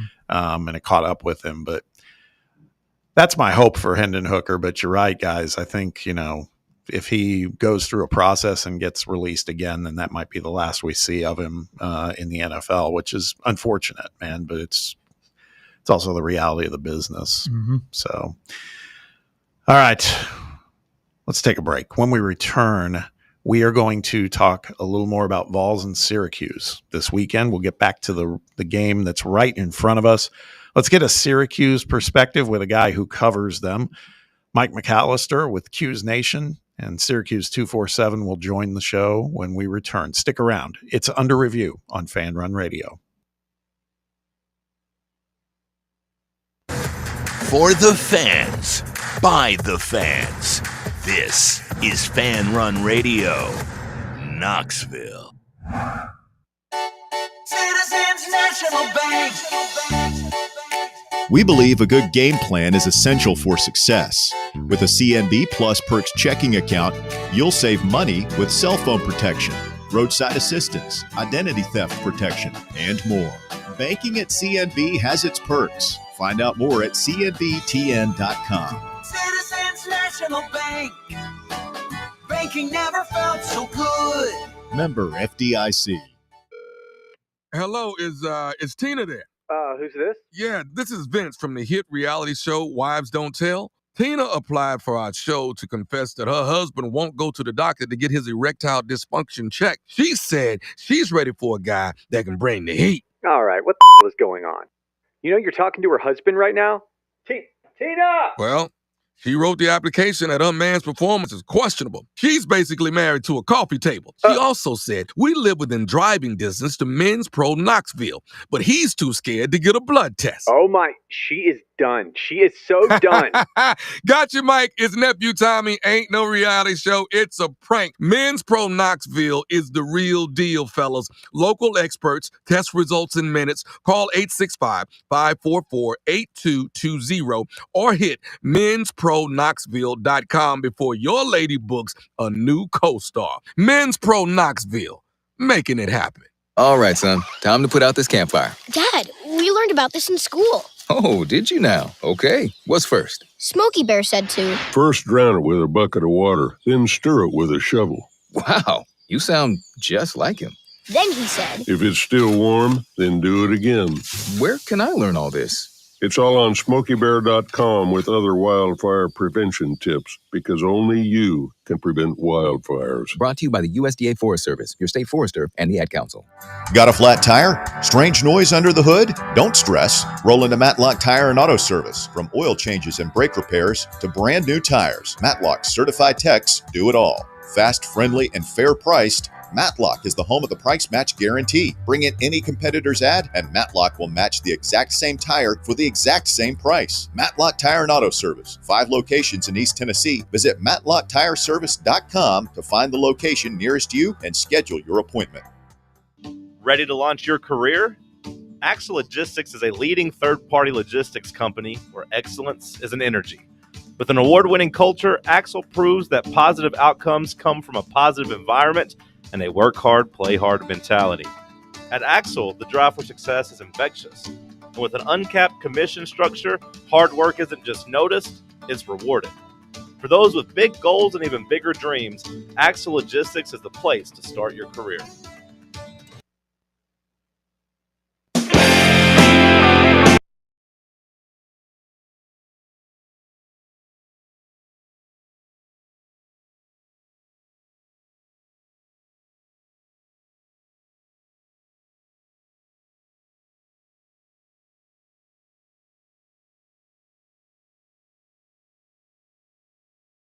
Here with Sam Beard on a Tuesday, continuing to look ahead to the season opener on Saturday, the Vols and Syracuse down in Atlanta. What a big weekend of college football lies ahead, not just for our guys, but all the other games. If you're a football fan, you're about to reach nirvana. But let's focus a little more on our guys going up against the Orange, a team that, by all accounts, it feels like is in a pretty heavy rebuild mode. But let's get a perspective on that from somebody who covers the team on the regular. We're fortunate to be joined by Mike McAllister, who's with Syracuse 247, the publisher there. Is it Q's Nation, Mike? Yes, that's correct. Yeah. Well, Mike is joining us to talk a little more about the Orange today. Really appreciate you hopping on, Mike. How are you doing? I'm doing well. How are you? We're good. We're good. So let's start at the top, I guess. And, I think last season, what I can remember about Syracuse football last season was that they were kind of unexpectedly not just good, they were really good. And I think that was the unexpected part. And Fran Brown did just a magnificent job. And what I remember most is you guys kind of single-handedly ended Miami's run for the college football playoffs. And that was near and dear to our hearts around here because at that time, Tennessee was jockeying for a playoff position. So now we fast forward to this year. We're playing you guys. We also breathed a sigh of relief when we saw Kyle McCord was not going to be staying with the Orange and he entered the NFL draft.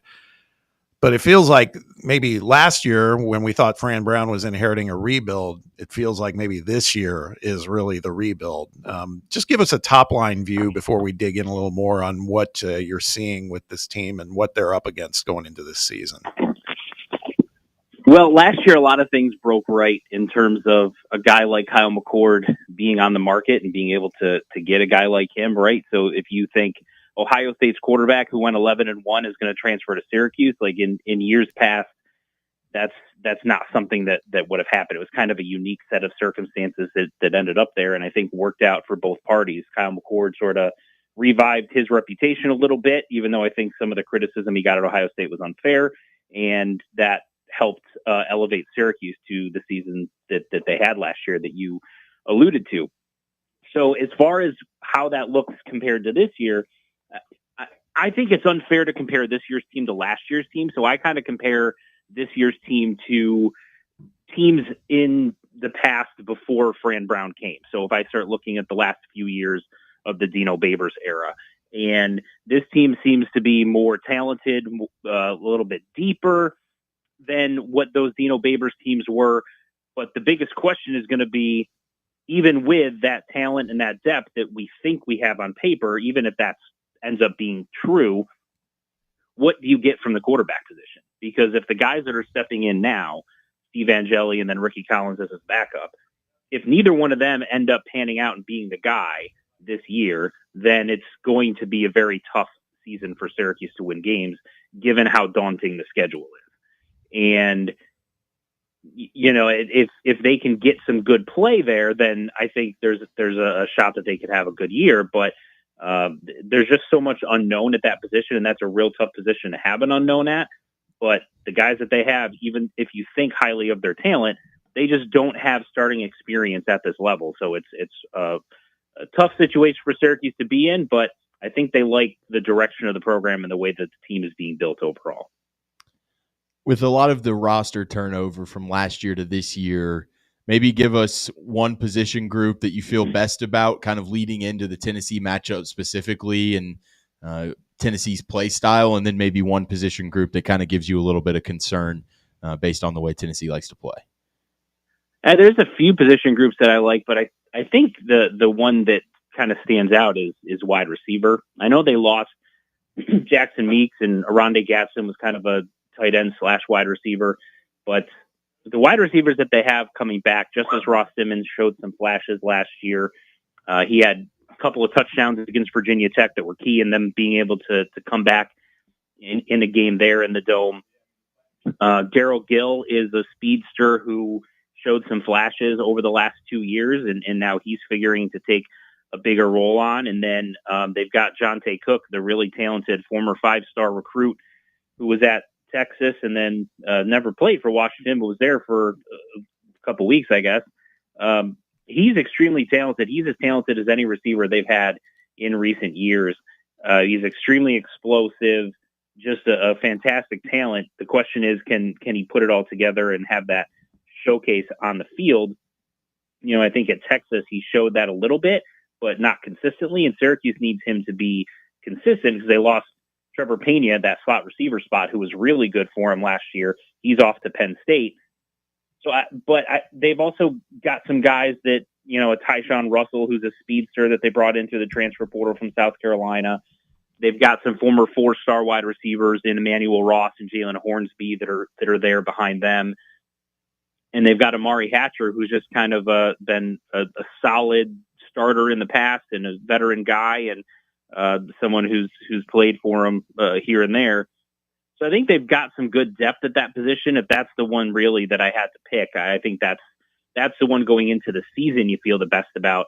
The problem is they're going against a really good defense. So even if that group does have a good year overall, because of what they're going up against in week one, it might not necessarily showcase itself to its full potential.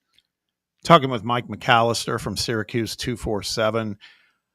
Let's talk about the quarterback position for a minute. And I'm just going to give you my perspective from afar based on, you know, the off season, because I remember, again, we were paying attention to what Kyle McCord's intentions were.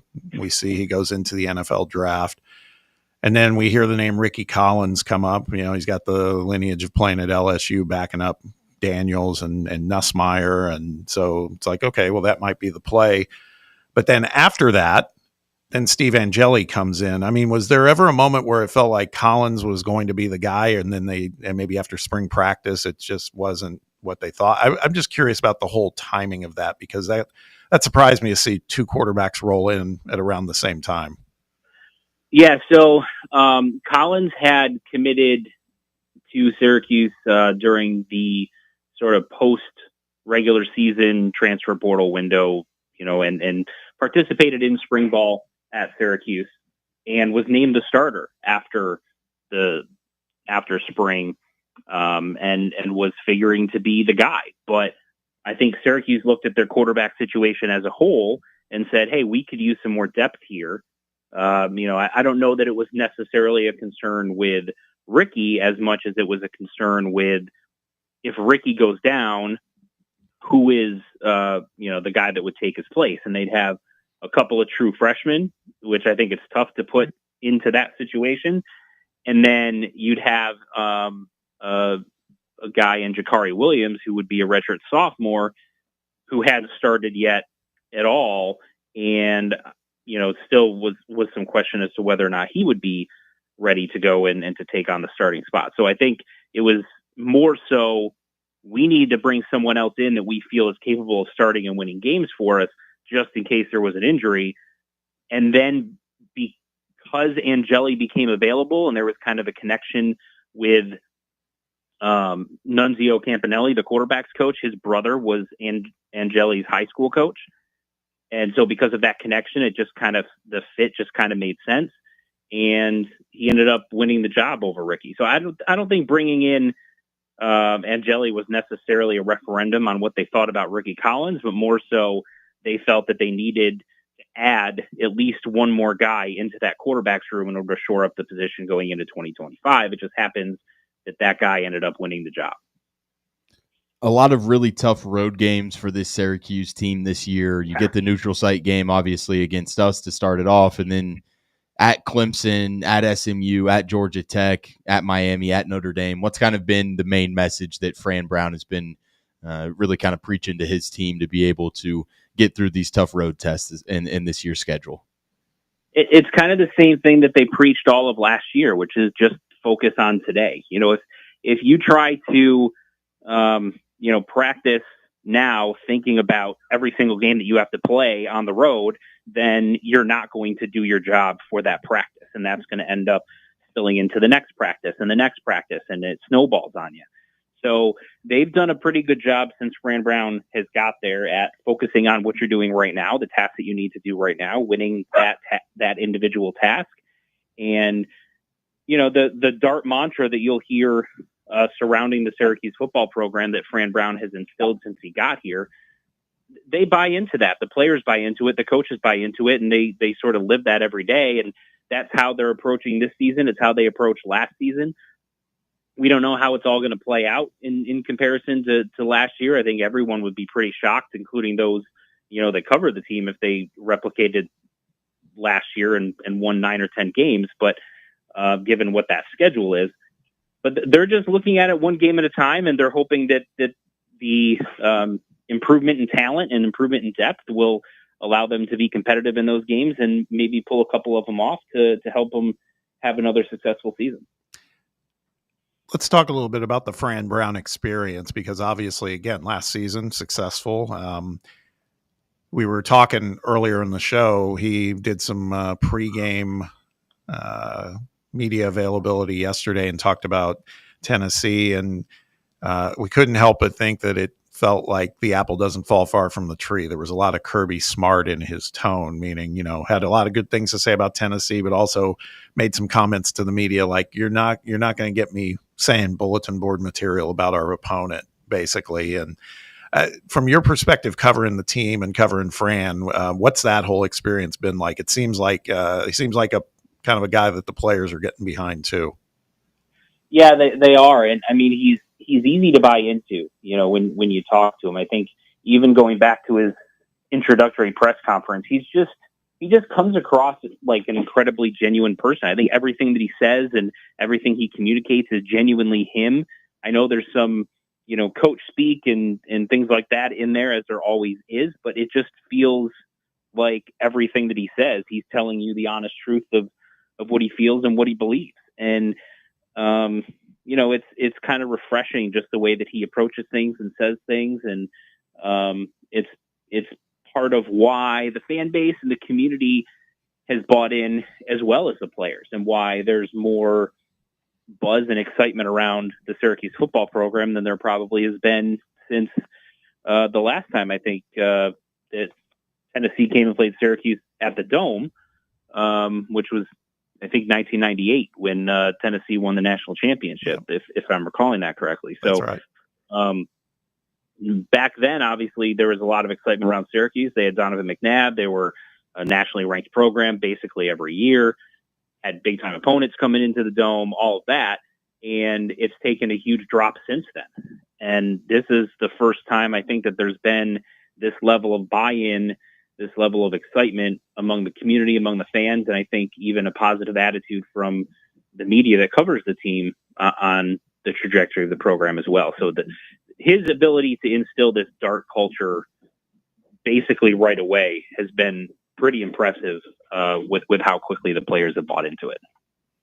After having such a successful season in Fran Brown's first season last year, and a guy that's got a lot of ties to the area and stuff like that, what are kind of the measuring sticks for success both on the field and off the field, you feel like, for Syracuse this year? I think if they get to a bowl game, just looking at the schedule, I think you feel pretty good about navigating that schedule and figuring out a way to get to the postseason. Obviously, if you talk to the coaches, they're going to tell you we want to be in the playoff and all that. that's what their goals are going to be, conference championship and those type of comments. But I think for most, they view, given the schedule and the turnover and the question marks and all of that, if they find a way to get to a bowl game, I think most would still feel pretty positive, and that was still a positive step in terms of building the program. But off the field, I think it's more the same. They're very involved in the community and doing charitable work and continuing all of that. But just for the program, I think it's figuring out who your quarterback is, not only this year, but into the future. Angeli has another year of eligibility. Ricky Collins has a couple of years of eligibility after this year. So if you can figure out who your guy is and you feel really comfortable with them, then that gives you more confidence going into next year and beyond. We spent a fair amount of time talking about the offense. Maybe give us any players to keep an eye on the defensive side of the ball, just as we head into this game this coming weekend. Yeah, I think the most notable one is Demetrius Samuel. He's a true freshman, 4-star recruit. They've talked about using him on both sides of the ball, and I'm not sure he's going to do it to the extent that you saw Travis Hunter do, but I know that name has been bantered about a little bit. I think you'll see him in certain packages offensively, but primarily he's going to be one of their starting corners. They think really highly of him, have a lot of expectations for not only what he can do this year, but his development and what he's going to be over the course of his collegiate career as well. He's one definitely to keep an eye on. Along the defensive line, there's kind of a question mark there. They had some injuries last year, and that led to a couple of guys like Rashard Perry and even Murad Watson, who transferred to Texas, got a lot more playing time than what they were originally expecting because of that. The guys that got injured, Tank Wilson, most notably, is back. But they brought in a couple of transfers in George Rooks and Chris Thomas. Those are a couple of guys at defensive tackle that we're curious about. And then one of the biggest question marks is who's going to replace the pass rushing of Fidel Diggs, who's now with the New Orleans Saints. He was their best pass rusher last year. It really wasn't that close. They struggled to get pressure on the quarterback when he wasn't that guy that was doing that. So without him there, who are the guys that fill in for that? One guy that they brought in from a transfer from Cal, David Reese, who I think is going on his 8th year of college football, which is incredibly insane to say, but he'll be there. I think he'll be starting at one of the defensive ends, he'll certainly rotate in if he doesn't start. And so we're kind of waiting to see who can be that guy to give him pass rush. That's certainly a concern going into the season. But one of the other defensive leaders is Derek McDonald at linebacker. He's going to kind of take over for what Marlo Wax did last year. And then Deuce Chestnut and Devin Grant at safety are two guys that played and started for them all of last year and are really good players and are taking on more of a leadership role with some of the guys that have left from last year's team.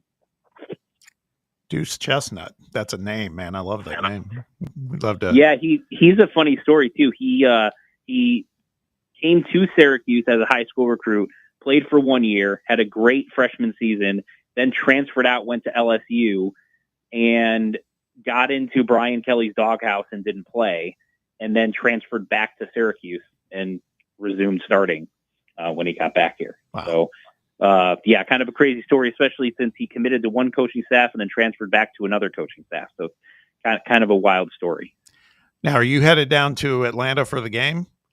I'm not, unfortunately. I was going to, but then we had some house issues that are costing me tens of thousands of dollars, and so travel budget went out the window. I understand. So, yeah, I'll be watching from home, but I will have one of my writers will be there to cover it. So he'll be down watching it, taking in all the sights and sounds, and hoping that the atmosphere is great and that there's fans from both sides. I think those neutral site games, even though obviously Tennessee is much closer than what Syracuse is, but those neutral site games when you can get good sized crowds from both fan bases there, I think makes for a really cool atmosphere and a really cool way to kick off the season.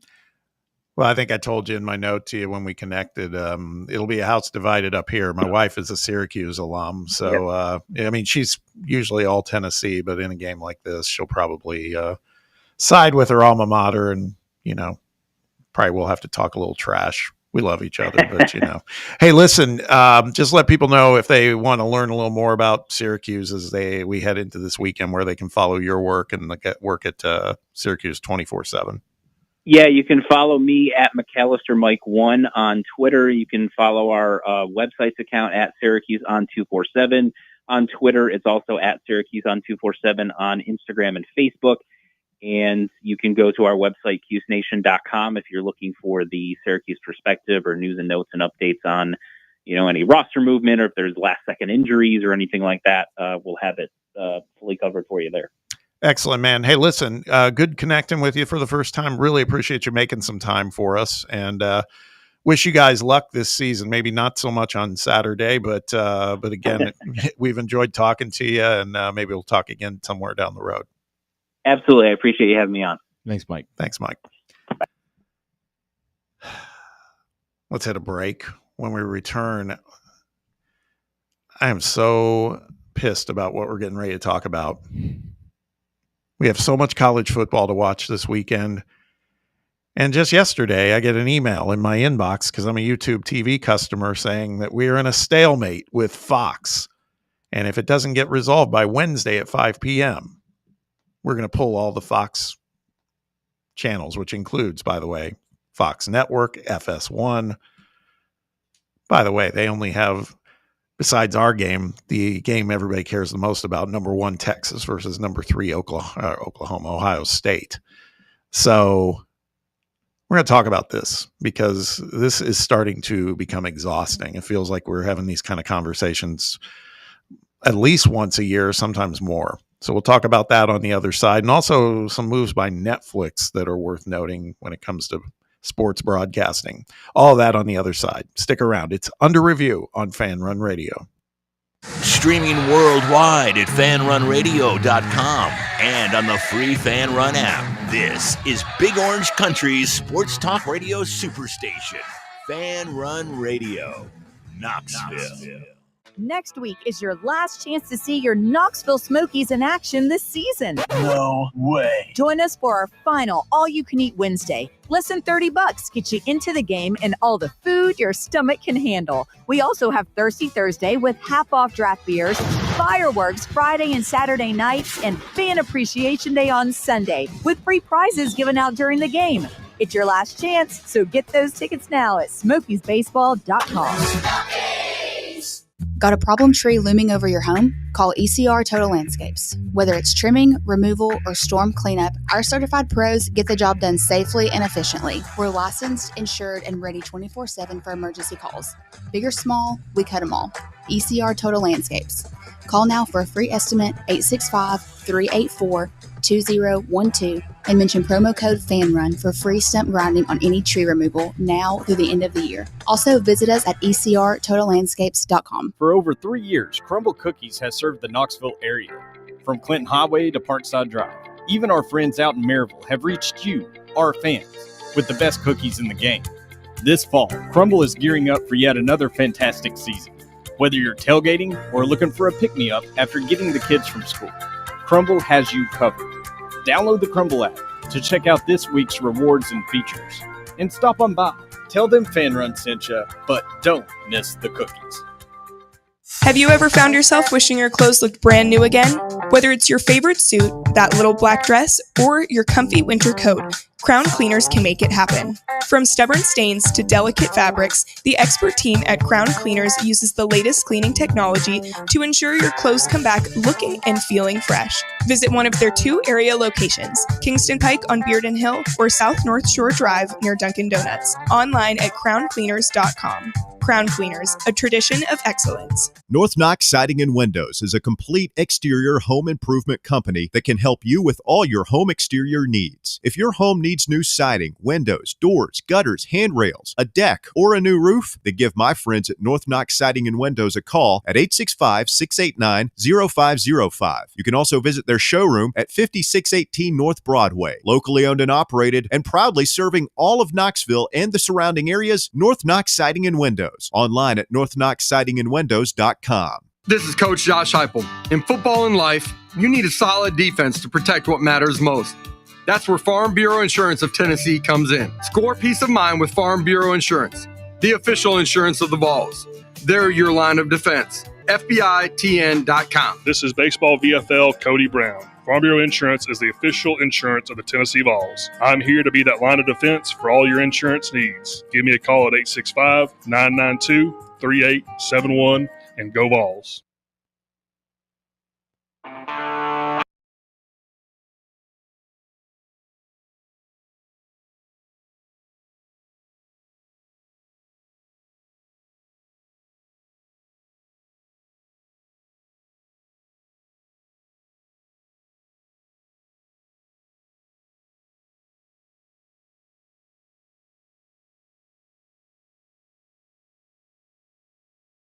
Jump over to the live chat on Fan Run TV.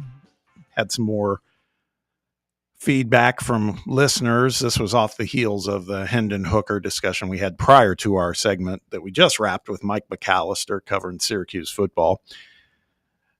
Mr. Jones had some things on his mind. He said, Hooker is a gamer. He didn't practice well, but game time, he always turned it on.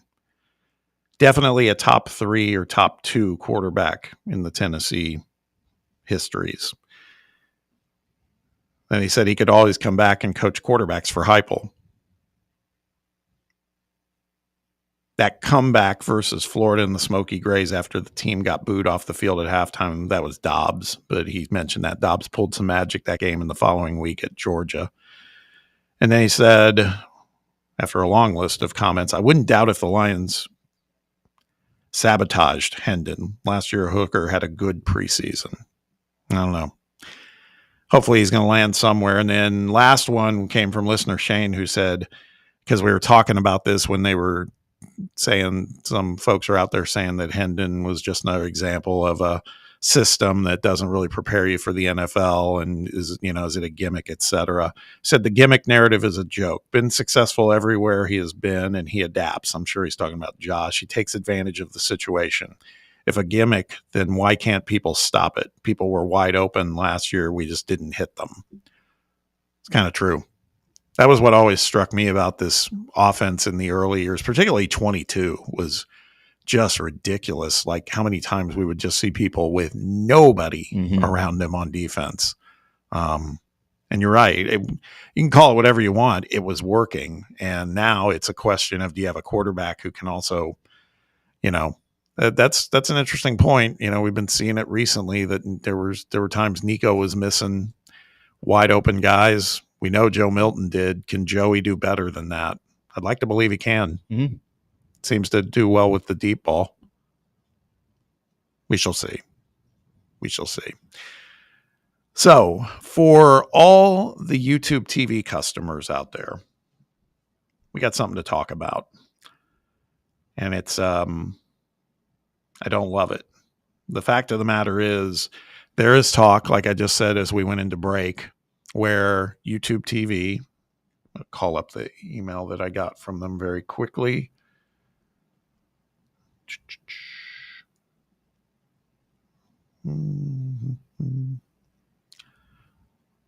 Terminated, but permanently.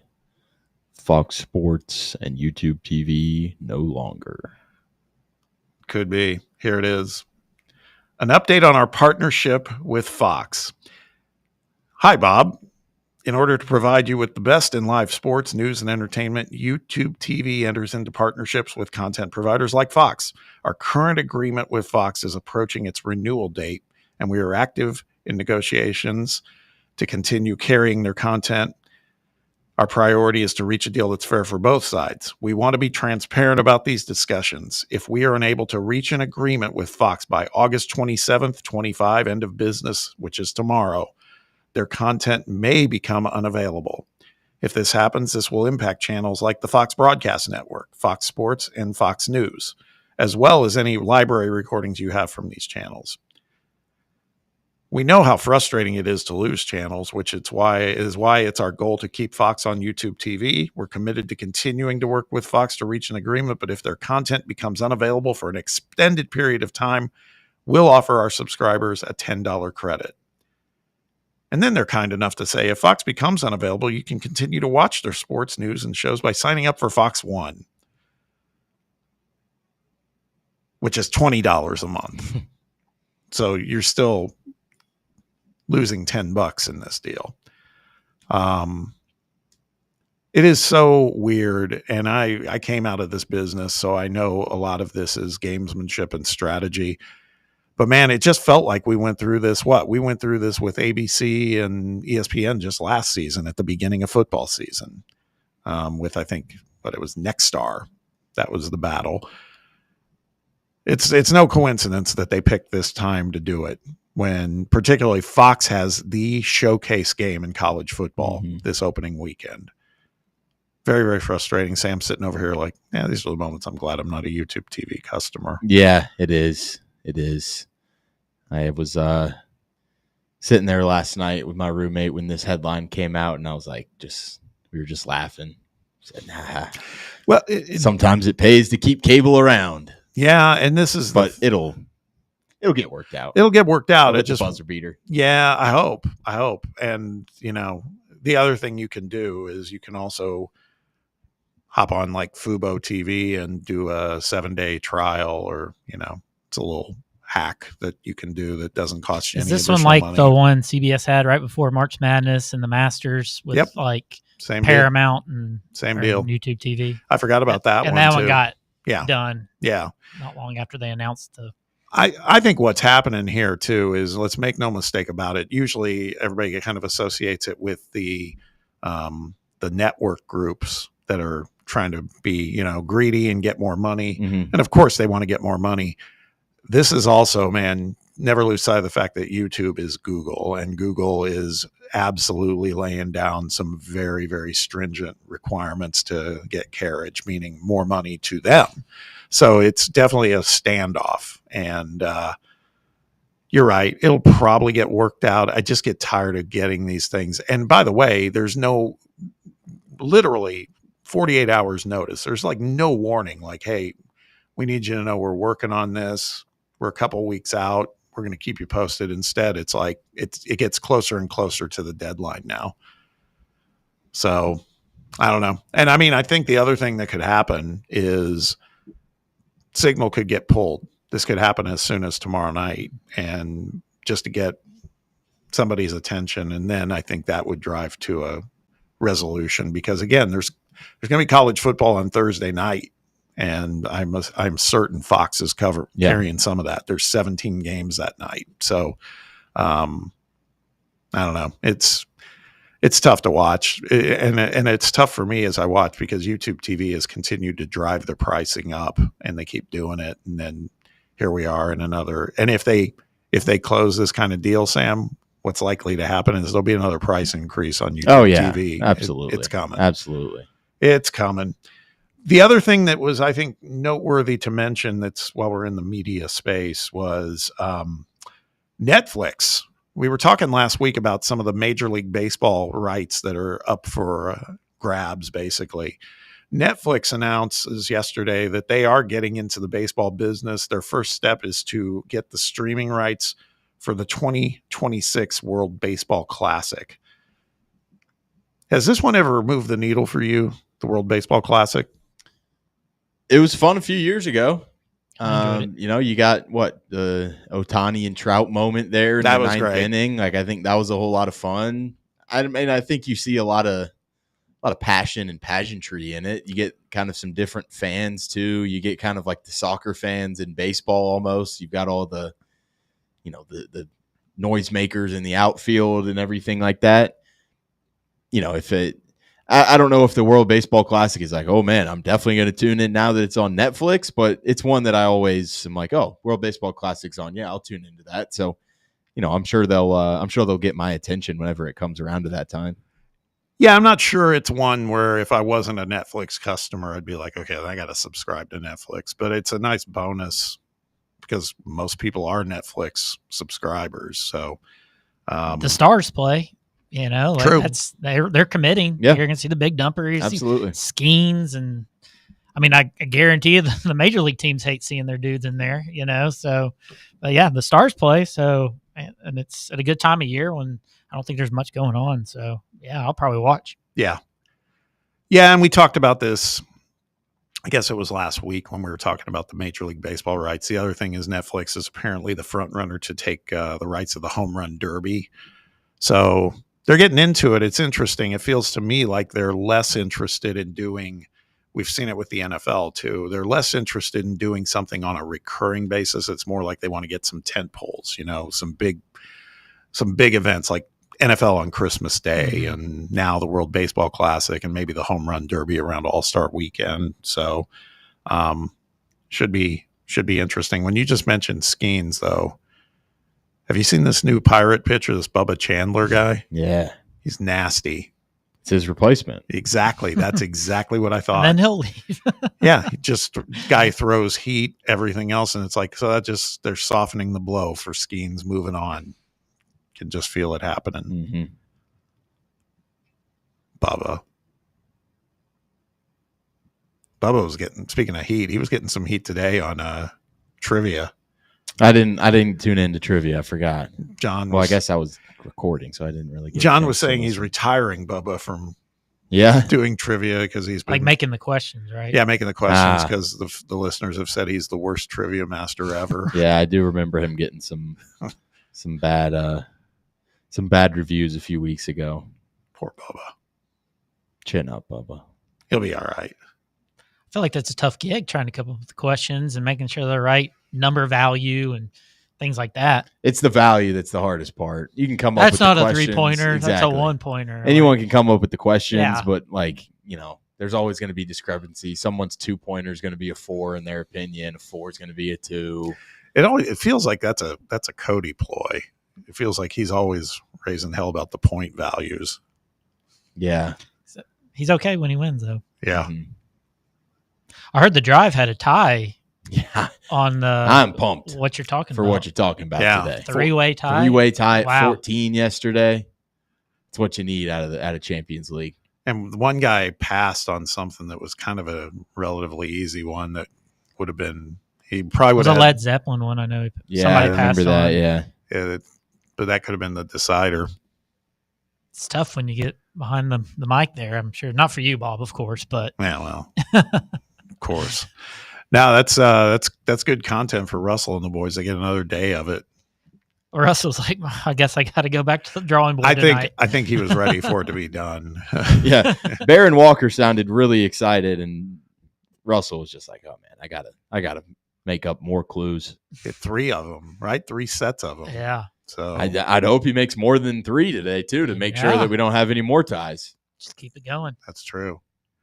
Yeah, he might have to think of doing something really like groundbreaking on this. Like what if they all tie again? It's like maybe you do like a shootout where it's only you get like 10 seconds or something. And try to get like 2 questions in or get as many as you can in 10 seconds. I don't know.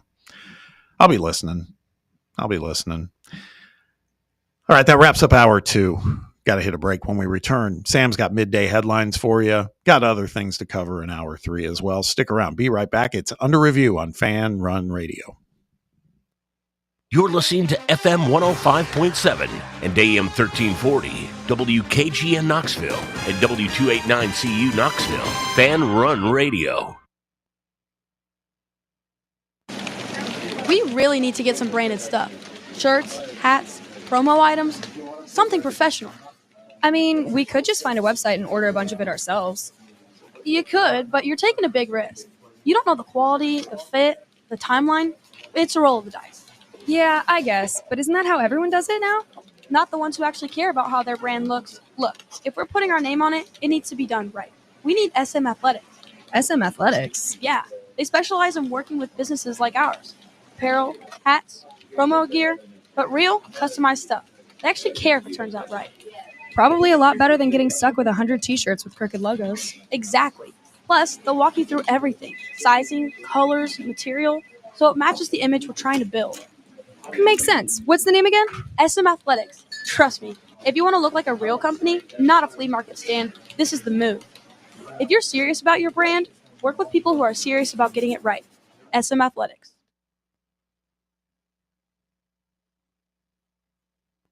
Barley's has live music on weekends, general team trivia on Wednesday nights at 8 p.m., and now live sports trivia courtesy of the Knoxville Trivia Guys every Thursday night upstairs. The game starts at 7 p.m. and is free to play for everyone, so head on down to the Old City and show off your sports knowledge and win gift cards to Barley's. Use those gift cards to buy some delicious food and drinks, and you can take it all in with their wide selection of TVs and indoor projectors. Barley's Tap Room and Pizzeria. Got a problem tree looming over your home? Call ECR Total Landscapes. Whether it's trimming, removal, or storm cleanup, our certified pros get the job done safely and efficiently. We're licensed, insured, and ready 24/7 for emergency calls. Big or small, we cut them all. ECR Total Landscapes. Call now for a free estimate, 865-384-2012, and mention promo code FANRUN for free stump grinding on any tree removal now through the end of the year. Also, visit us at ecrtotallandscapes.com. Attention service members and veterans. Introducing the Griffin Law Firm, your trusted ally in military legal matters. From court martials to benefit claims, at Griffin Law, your mission is their mission. Here's VFL Marshall Griffin. As a veteran and retired military attorney, I've successfully defended lifelong benefits and helped preserve professional futures. So I know that when you hire a military justice lawyer, you maximize your chance to get relief. With my unique experience, I can advocate for you because there's no military matter that's too big or too small. Let us help you make these critical decisions that could affect the rest of your life. Remain silent. Request counsel. Call Griffin Law. For a free consultation, call 888-707-4282. That's 888-707-4282. Or just visit griffinlawdefense.com. Hour 3 of Under Review starts now.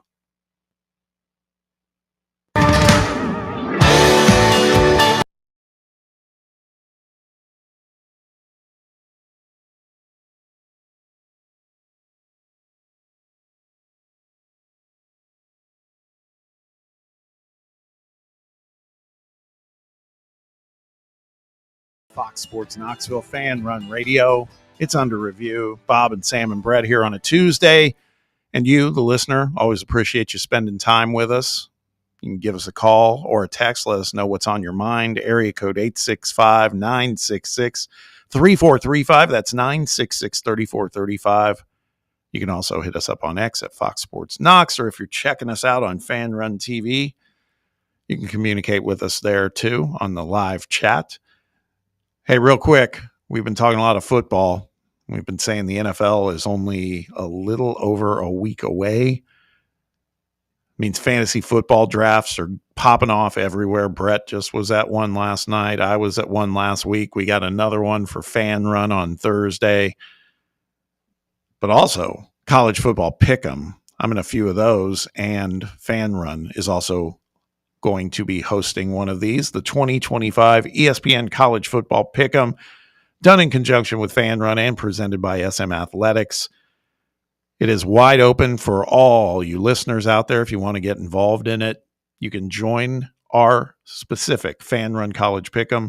The group, if you go to ESPN.com and go into their fantasy sports under College Pick'em, the group is called Fan Run, all caps, 2025, Fan Run 2025.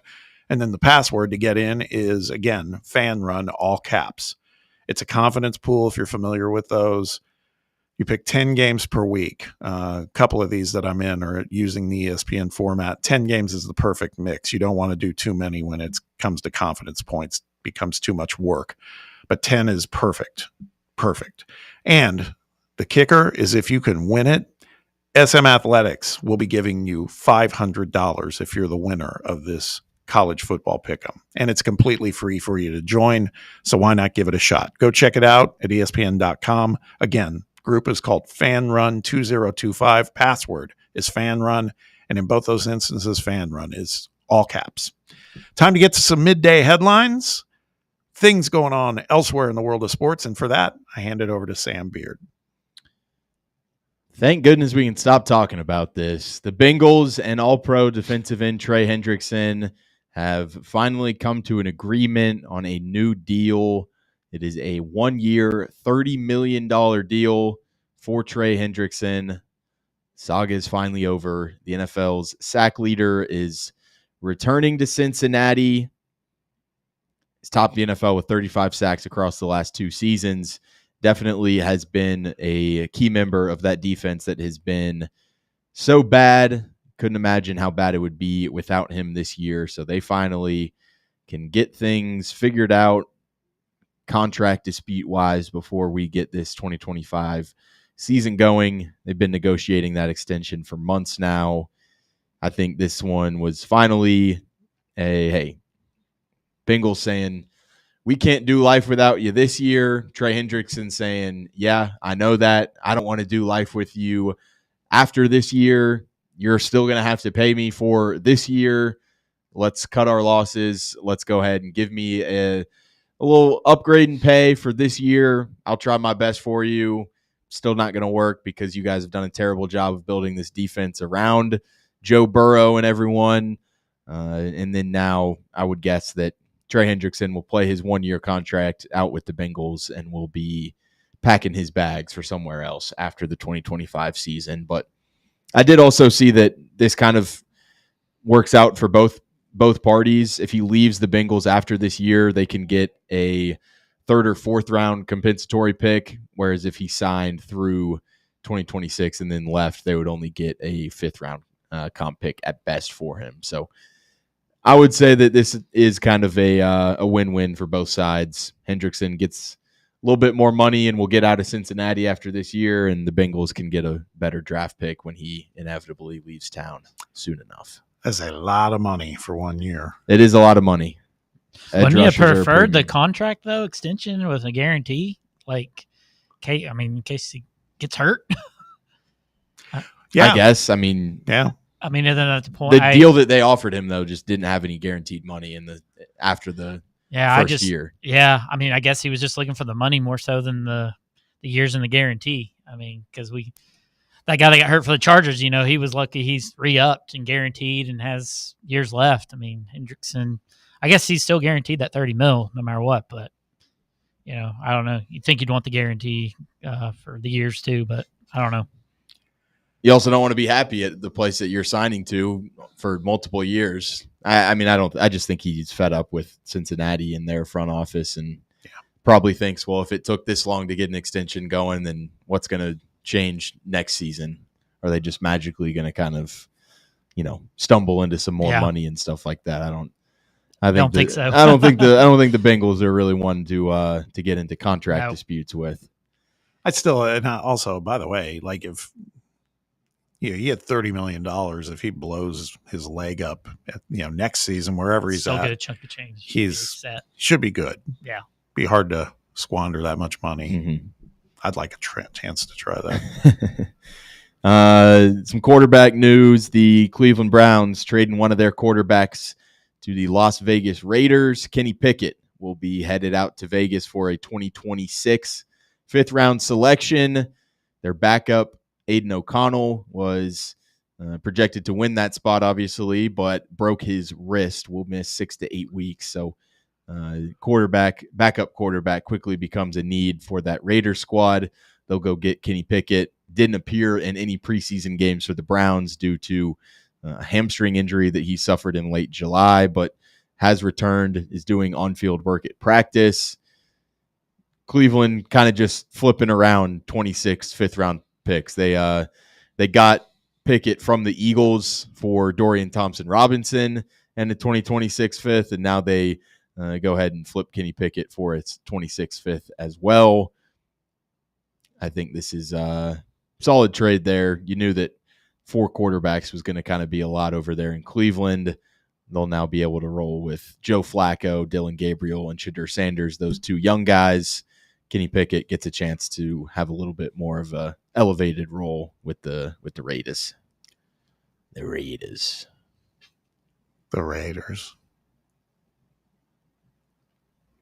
I think that's pretty good. Yeah, it's not bad. More Raiders news. They are signing wide receiver Amari Cooper to a 1-year, $3.5 million contract that can reach up to $6 million with incentives. Sources told NFL Network's Ian Rappaport. Spent the 2024 season with the Browns and the Bills. 5-time Pro Bowler. Was a member of the Raiders for 4 years after they selected him in the first round of the 2015 NFL draft. I don't know why I was saying something else. Still 31 years old. A guy that, I think could potentially have a bit of a role on that team. Jacoby Myers requesting a trade yesterday, so I wonder if that one is kind of, those go hand in hand. Maybe they don't feel super confident about keeping Myers around. Dante Thornton might just be like the wide receiver one for the Raiders this year. Well, that's what I was going to ask is if, because I saw that about Myers asking for a trade. And if that happens, does Cooper become wide receiver one just by experience or not? I don't know. He's also pretty fragile, man. Mm-hmm. He gets hurt a lot. But this all told, one way or another, I think it does bode well for Dante Thornton. Yeah. I mean, I would say like Brock Bowers will be wide receiver one, even though he's technically tight end, but like he'll get the volume of a wide receiver practically. But yeah, like I think Dante Thornton's in line to have a really, really nice rookie season for them. And they've been talking him up all camp. So, it makes sense for sure. It makes sense. A little more NFL news here. Houston Texans running back Joe Mixon will miss at least the first 4 games of the season due to a foot injury. He's been sidelined since July 26th. Houston placed him on the non-football injury list on Monday, meaning that he can only begin to practice and play after the team's 4th game of the regular season. So he is out for those first 4 games. Big blow there. And I think just an overall question mark for them too. Was a pretty productive back for him last season. 1,000 rushing yards, just over that. 11 touchdowns in 14 games for him last year. You've got Nick Chubb as the other back over there, but Chubb coming off of that really serious injury to the knee where you just don't exactly feel that great about that. Dameon Pierce, Dare Ogunbowale as well. I think the running back position quickly kind of becomes a little bit of a concern if you're a Texans fan, because you need Joe Mixon there to kind of take some of the pressure off CJ Stroud, and just a good pass catching running back too. Yeah. You when you talk about the screen game and maybe that offensive line for the Texans not being that great, I think you can use Joe Mixon as a bit of a safety blanket, but not for the first 4 games. You can't. No. Another running back injury in the division. Titans' Tyjae Spears placed on injured reserve, which will sideline him for the first 4 games of the season as well. Sustained a high ankle sprain in the preseason. Expected to be Tennessee's number 2 running back behind Tony Pollard. Missed 5 games due to injury last year. Team had high expectations for him coming into this season, hoping that he could stay healthy. Not a good start to the season for them.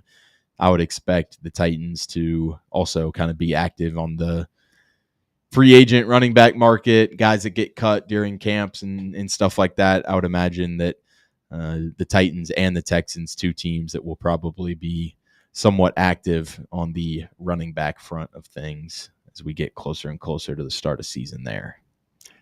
We'll be talking some Titans tomorrow. As a matter of fact, Easton Freeze will come back into the fold as preseason wraps up, get his take after cut day and what the roster is looking like. Love it. Yeah. Love it. Some scary news in baseball, but good news. Ron Washington has returned to the Angels, had a quadruple bypass surgery. So he took some time off earlier in the season, said he was basically just going to kind of take a indefinite leave, whatever he needs. And after, some of the news coming up here, you can definitely understand why. First time at a ball game in more than 2 months for him. He said that this bypass surgery was a result of his eating choices and years of cigarette smoking. Said he was 17 pounds lighter. His voice was weaker. Was definitely not in his best shape, but said that he's changing those eating habits, not smoking anymore. He here for the better. He said, if you see me smoking a cigarette, I'll give you the okay to walk up to me and slap me. But realized that he needed some medical attention back on a road trip in New York in mid-June. He's pretty much been out, ever for a few months or for a few weeks after that. He's been out ever since. So good to see him back into the fold. 73 years old. I think a lot of people probably had questions about the Angels just hiring a 73-year-old manager in the first place. Yeah. But in this article, it talks about how many players were going to him at the hospital and visiting him at any point that they could, and they're all happy that he's back. So always a good guy. Ron Washington, one of those last guys. It's just like the old school baseball mind that you love to see around. So good to see him healthy and back into the fold for the Angels. Yeah, that's it was definitely kind of curious because everything you could hear, he wasn't really with the team, and all this stuff was going on. So at least we know, and it is a little scary, but hopefully he's on the road to recovery now. Ohio State has banned Dave Portnoy, it seems, from their stadium. Ross Bjork thinks otherwise. He confirmed to Fox that Fox decided Portnoy would not be on the main desk of Big Noon Kickoff, and those not on the desk do not appear on the field normally. He said these are Fox decisions, not ours, but they seem to, or Dave Portnoy seems to think otherwise. I think this is a terrible move by Ohio State. If you know anything about Dave Portnoy, you know that he's just going to press even harder about this now. Kind of, I feel like shows a little bit of weakness that, Michigan's just got a lot of real estate in that head of Ohio State over there. They better beat Michigan this year. I mean, it's going to be. I'm rooting for Michigan in that game, to be quite honest with you, this year, just to see like the controversy that kind of comes out of it, and Ryan Day being able to win a national title and then all of a sudden just still can't beat Michigan, and how that's going to go over with their fans. I'm rooting for that scenario. I gotta say, I mean, this broke last night, I think, and the fact that Bjork is just now making that comment just feels like damage control to me. Yeah, I think they're like, oh man, we probably shouldn't have said that. Yeah. So now they're trying to pin it on Fox. What a joke! What a joke!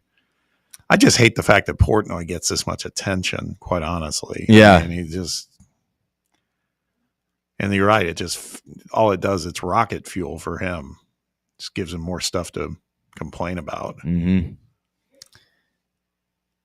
Big viewership numbers in golf. Tommy Fleetwood bringing it as Sunday's final round of the Tour Championship averaged 4.491 million viewers, up 34% from last year when it drew 3.358.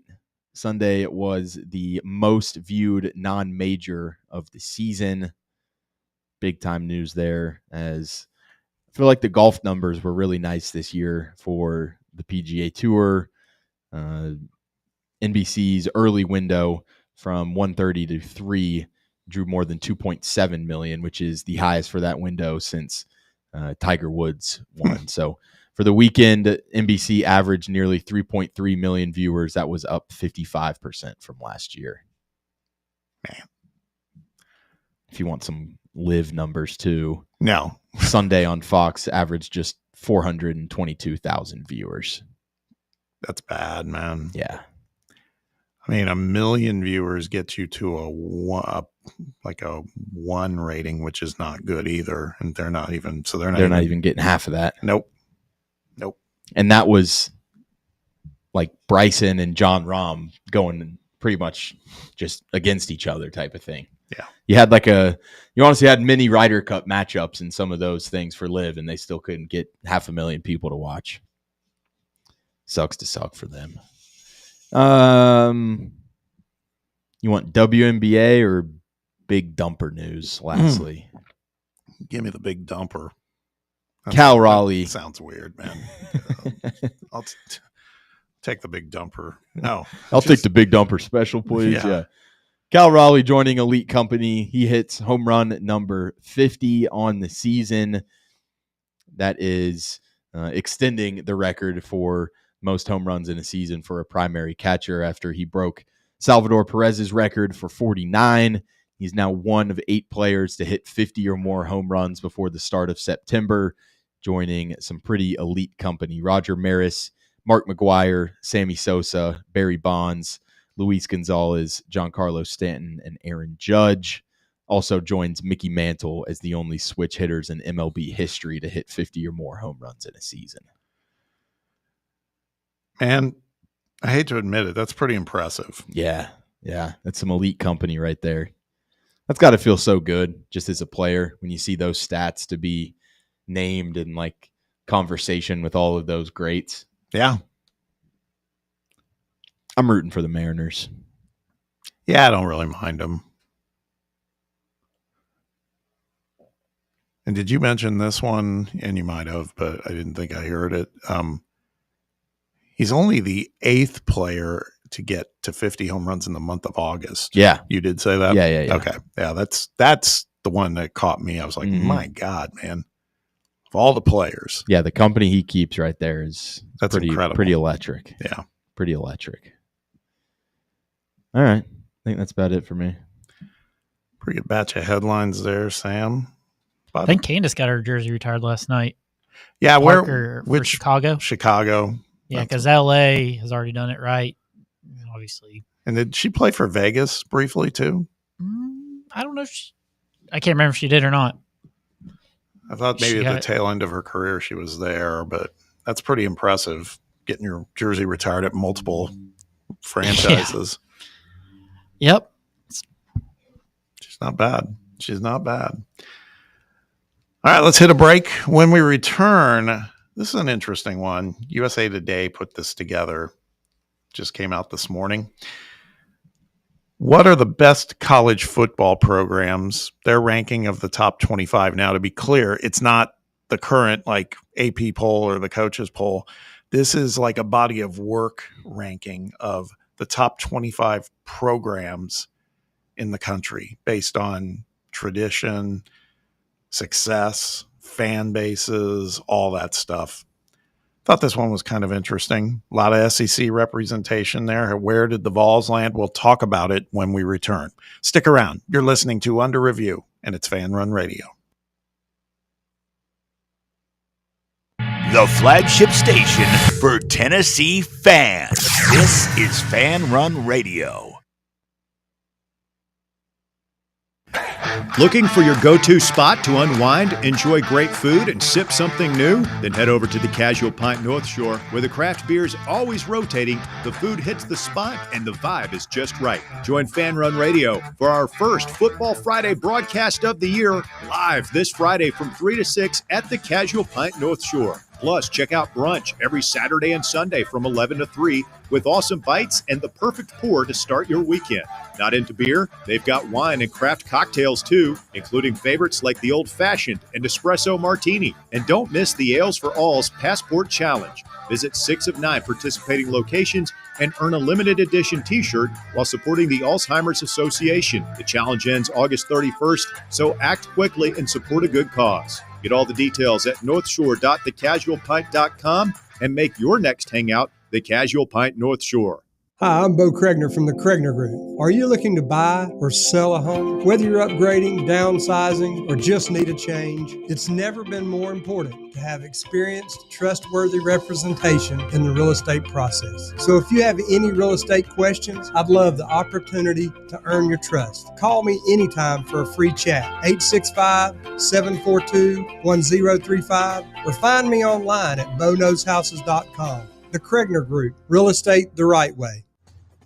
Hey, football fans, this is Stats. And this is the Sheik, and together we are the Cover Boys, and we cover college football like no one else. Each week, we preview all the big games in college football, and we may not tell you who's going to win, but we'll tell you who's going to cover. Our patented right sides are clicking at 66% against the spread all time. So join us right here every Friday evening at 8 for the Cover Boys on the official voice of Tennessee fans, Fan Run Radio. And enjoy the winners, everyone. Blackford Veterinary Surgery Referral specializes in surgeries not regularly performed by your pet's general veterinarian. They're currently accepting referrals from vets all across the country. With their newly renovated state-of-the-art surgery center and highly trained staff, clients can rely on professional and thorough care. If your vet says that your pet needs surgery or rehab, ask for a referral to Blackford Vet and let them get your best friend back on its feet. Located conveniently in West Knoxville. For more information, visit blackfordvetsurgery.com. Hey folks, if you're in need of a lawyer, you need to call my friend Jerry Givens. I've known Jerry since high school and can personally vouch for him. He's East Tennessee through and through, and if you're going through a divorce, bankruptcy, or a DUI case, you'll need someone you can trust on your side to help you navigate the local legal system. You can trust Jerry Givens. Call the law offices of Jerry Givens today at 865-801-9250 to schedule your free consultation. That's 801-9250. I deserve congratulations.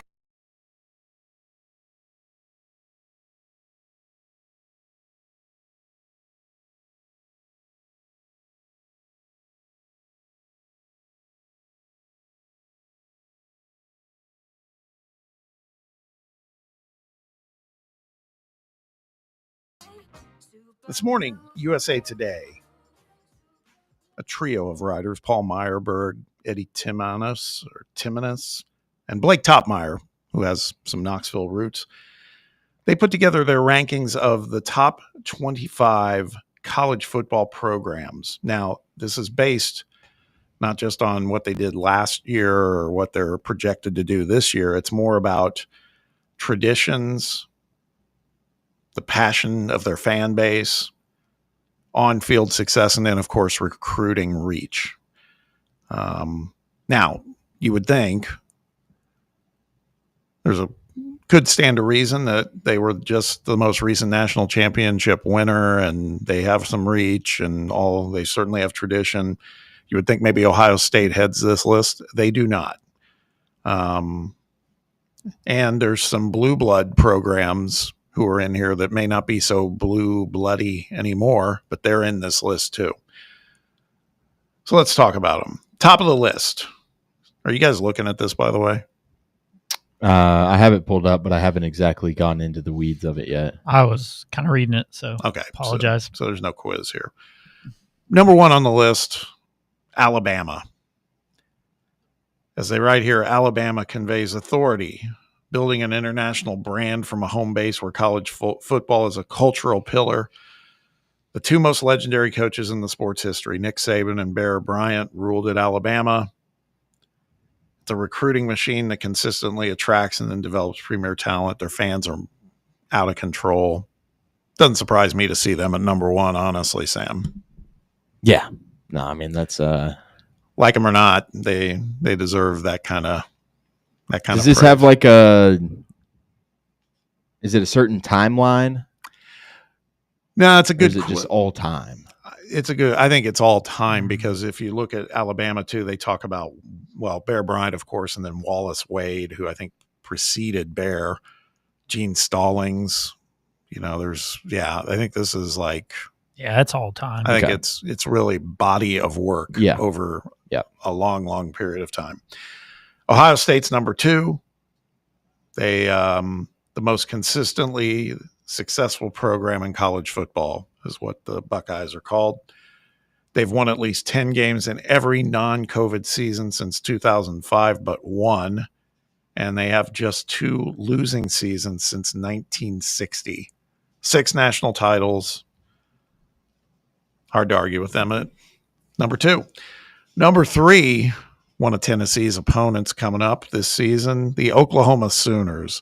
And this one, we've talked about this. I tend to agree. They're not quite what they were in the current state, but it says here they ruled multiple eras, first in the 50s with Bud Wilkinson and then later in the 70s with Barry Switzer operating the wishbone offense. Hasn't won a national championship since 2000 under Bob Stoops, but they've won 7 of them, and double-digit win records remain the standard for Oklahoma. And only Southern California has produced more Heisman Trophy winners than the Sooners. They have 7. They're the 3rd most in number 1 rankings on the poll and overall appearances on the poll. I mean, again, you can kind of understand why Brett Venables has got to go win games, man. They just, absolutely. don't expect anything less. Mhm. Number 4 is Texas. This one surprises me. I guess, again, they're looking body of work, but they have not been that good for a little while up until just recently. They've been pretty mediocre, but they were great in the Darrell Royal era. Mac Brown, they were good, and Sark's got them going now. And they have a ton of money, and they have a certainly passionate fan base. Number 5, Michigan. I don't know. This one just bothers me because of the cheating and Connor Stallions. And I don't know. Michigan's pretty damn good, though.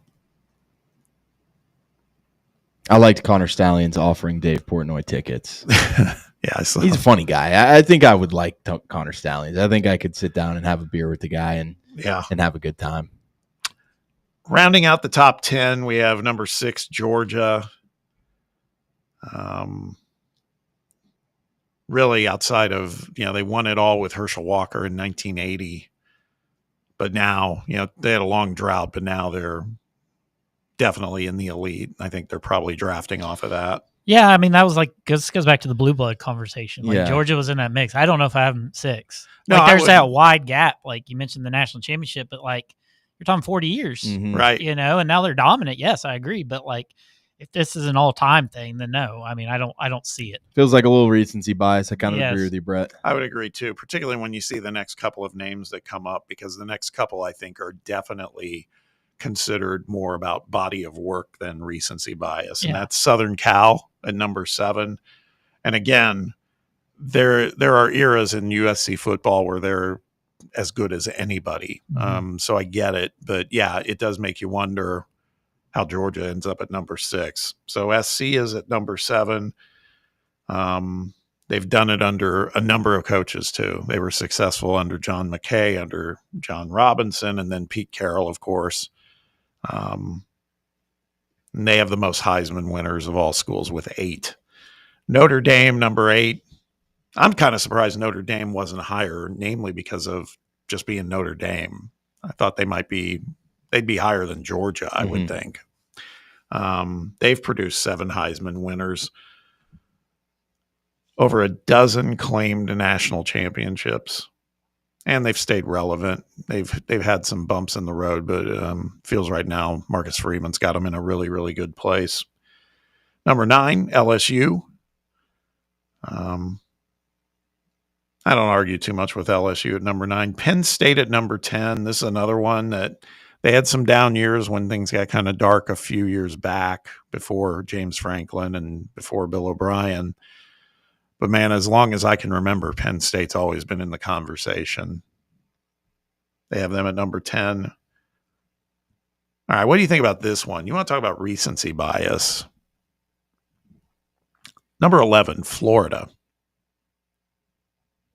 I feel like this is kind of, now Georgia's ranked higher, but it's kind of the same conversation. I mean, Florida has been, I'd say overall, they've been at elite levels since the 90s, but predating that, I don't think they were ever any good.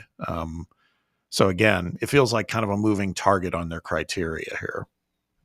I guess back-to-back national titles helps too. I feel like if we're talking all time, I might take the program in state. I might take Florida State over Florida. Yeah, there you go. I would agree. And they're number 12. They're right behind Florida. I would take Florida State over Florida too. I would agree. 16 league titles in the ACC since they joined it in 1992. 3 national championships. 3 Heisman winners.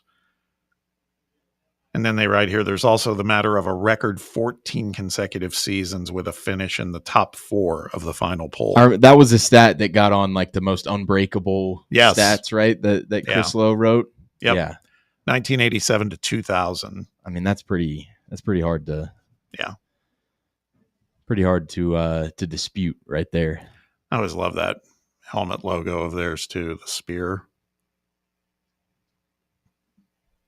I'm always in on it. They're not the same now. Number 13, Clemson. Okay, here's another one, man. Again, Their success in the modern playoff era ended a lengthy title drought, but Clemson has been the most decorated program in the ACC for decades. I know they shared a national championship way back when, I think like in the 80s. But again, this is one that, I don't know. I look at some of these schools. They've got Clemson ahead of Miami. I don't know about these are weird to me, to be honest with you. 13, 14, and 15. Clemson, Miami, and Oregon. Oregon, sure, they've gone 276 and 103 since 1995. And they've won 9 conference titles and twice played for the national title. But that's all in the last 30 years.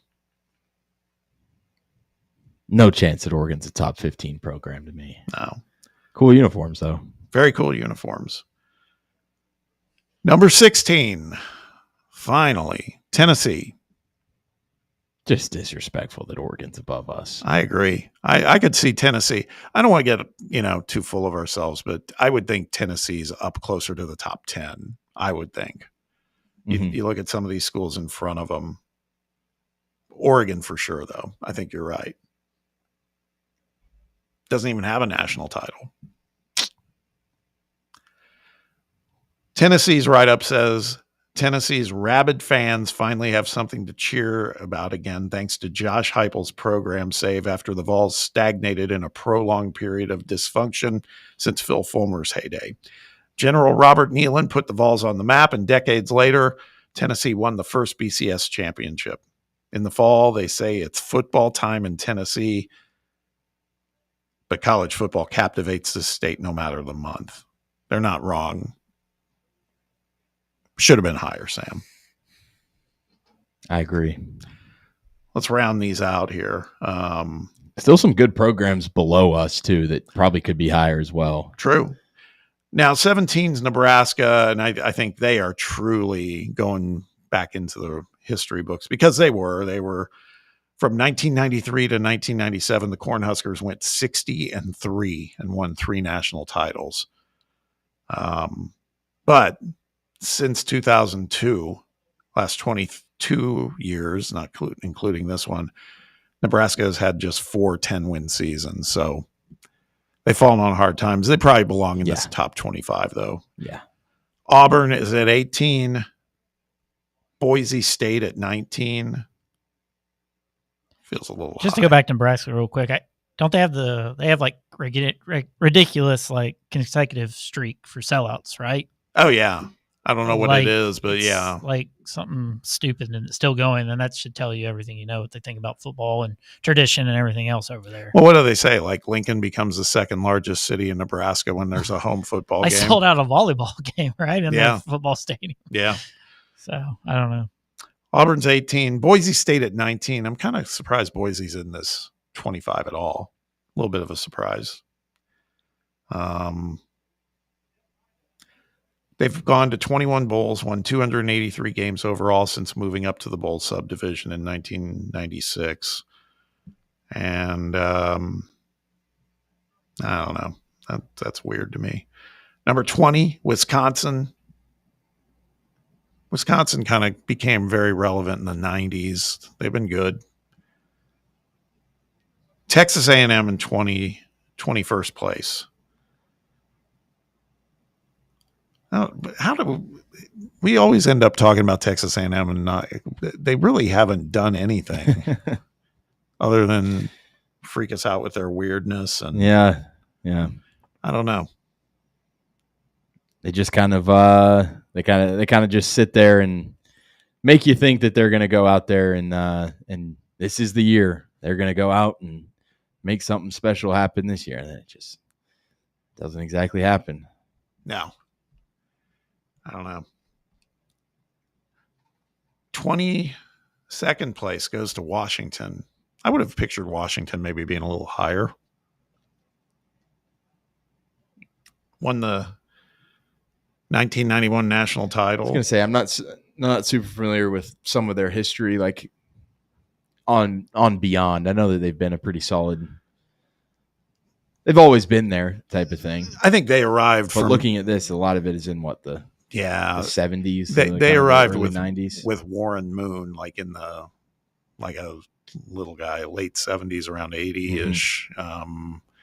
That's when they started popping up on the radar for me. And Don James was a hell of a coach.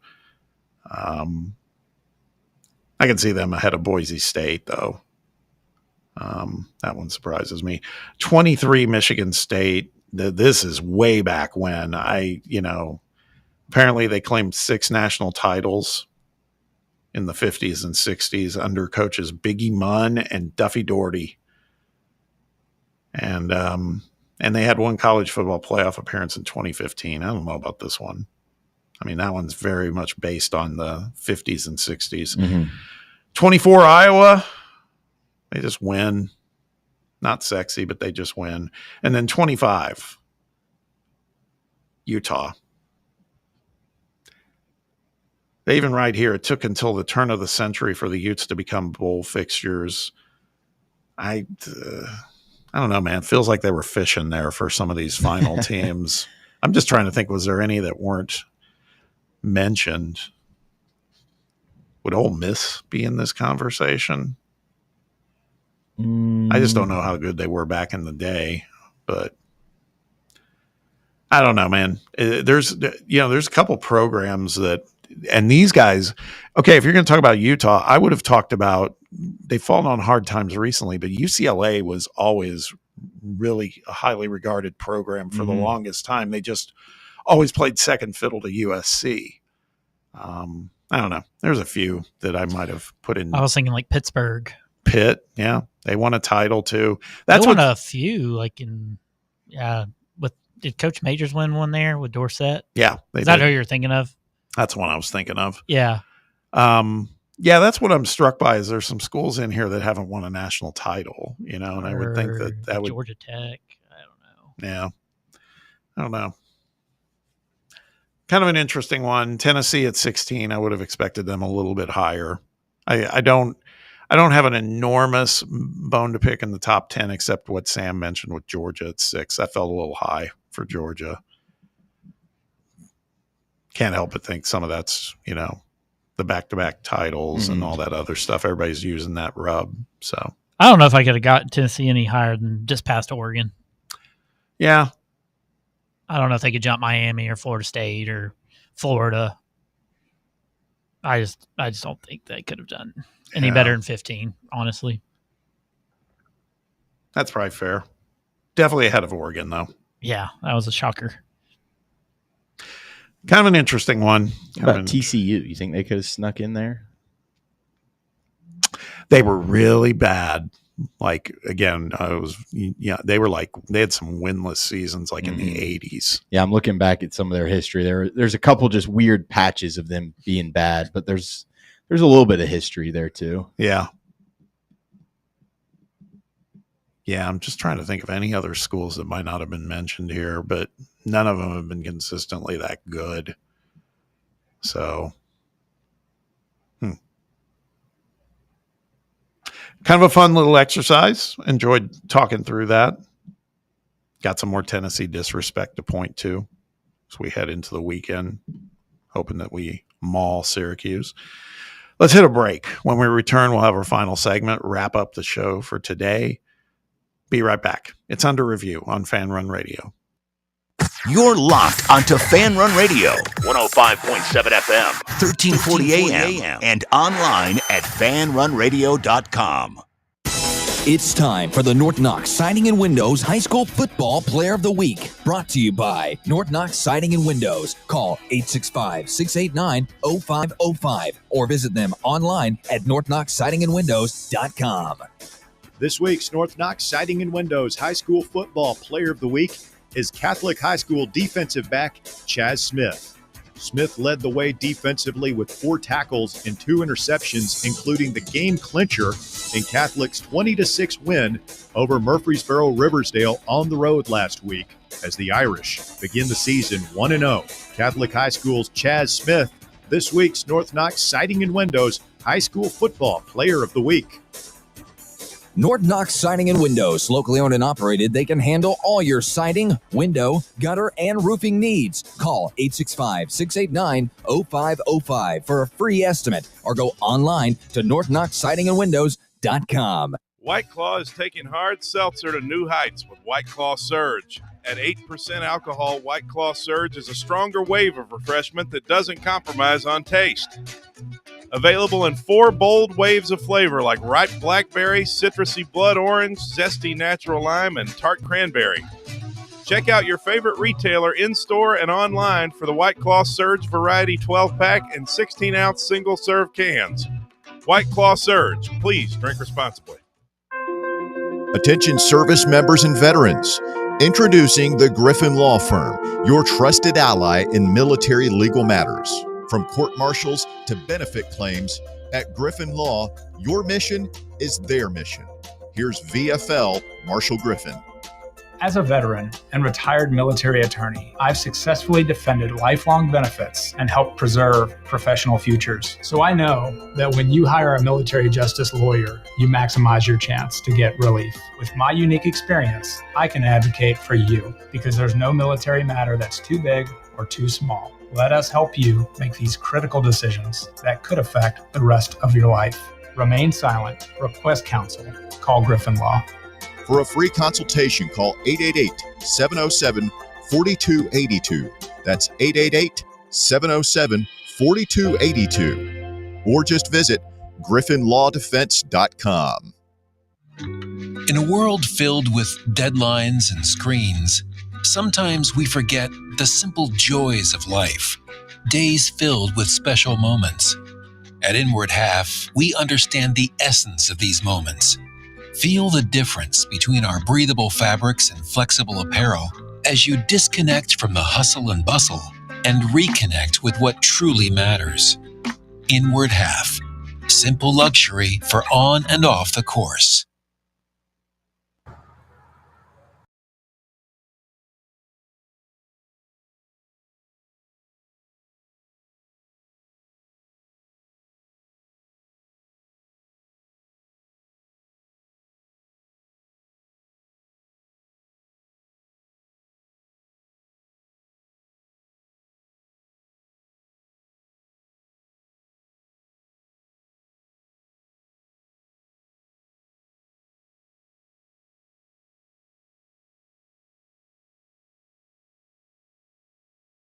Our guests joining us today, Chris Lowe from ESPN.com and Mike McAllister from Syracuse 247, previewing that game between the Vols and the Orange. Going to be a lot of orange in Atlanta on Saturday, I think, Sam. Mostly ours, but it's going to be orange no matter what. Yeah. Wonder if you'll be able to tell the difference on camera and on TV between them. I feel like you'll be able to, but I also just wonder if it's just going to smush in together. Theirs is a little darker, right? Yeah. Brett asked who the home team was. Yeah, I'm not sure. Not sure. I don't know. We'll see. Did anything change your mind with Saturday after talking to him? Like, I thought maybe his skill positions were surprising to me, considering he went straight there, considering what they lost, and things like that, maybe. Yeah, the one, Daryl Gill, I think, that was the one person I had read about, the receiver. The other ones I wasn't familiar with.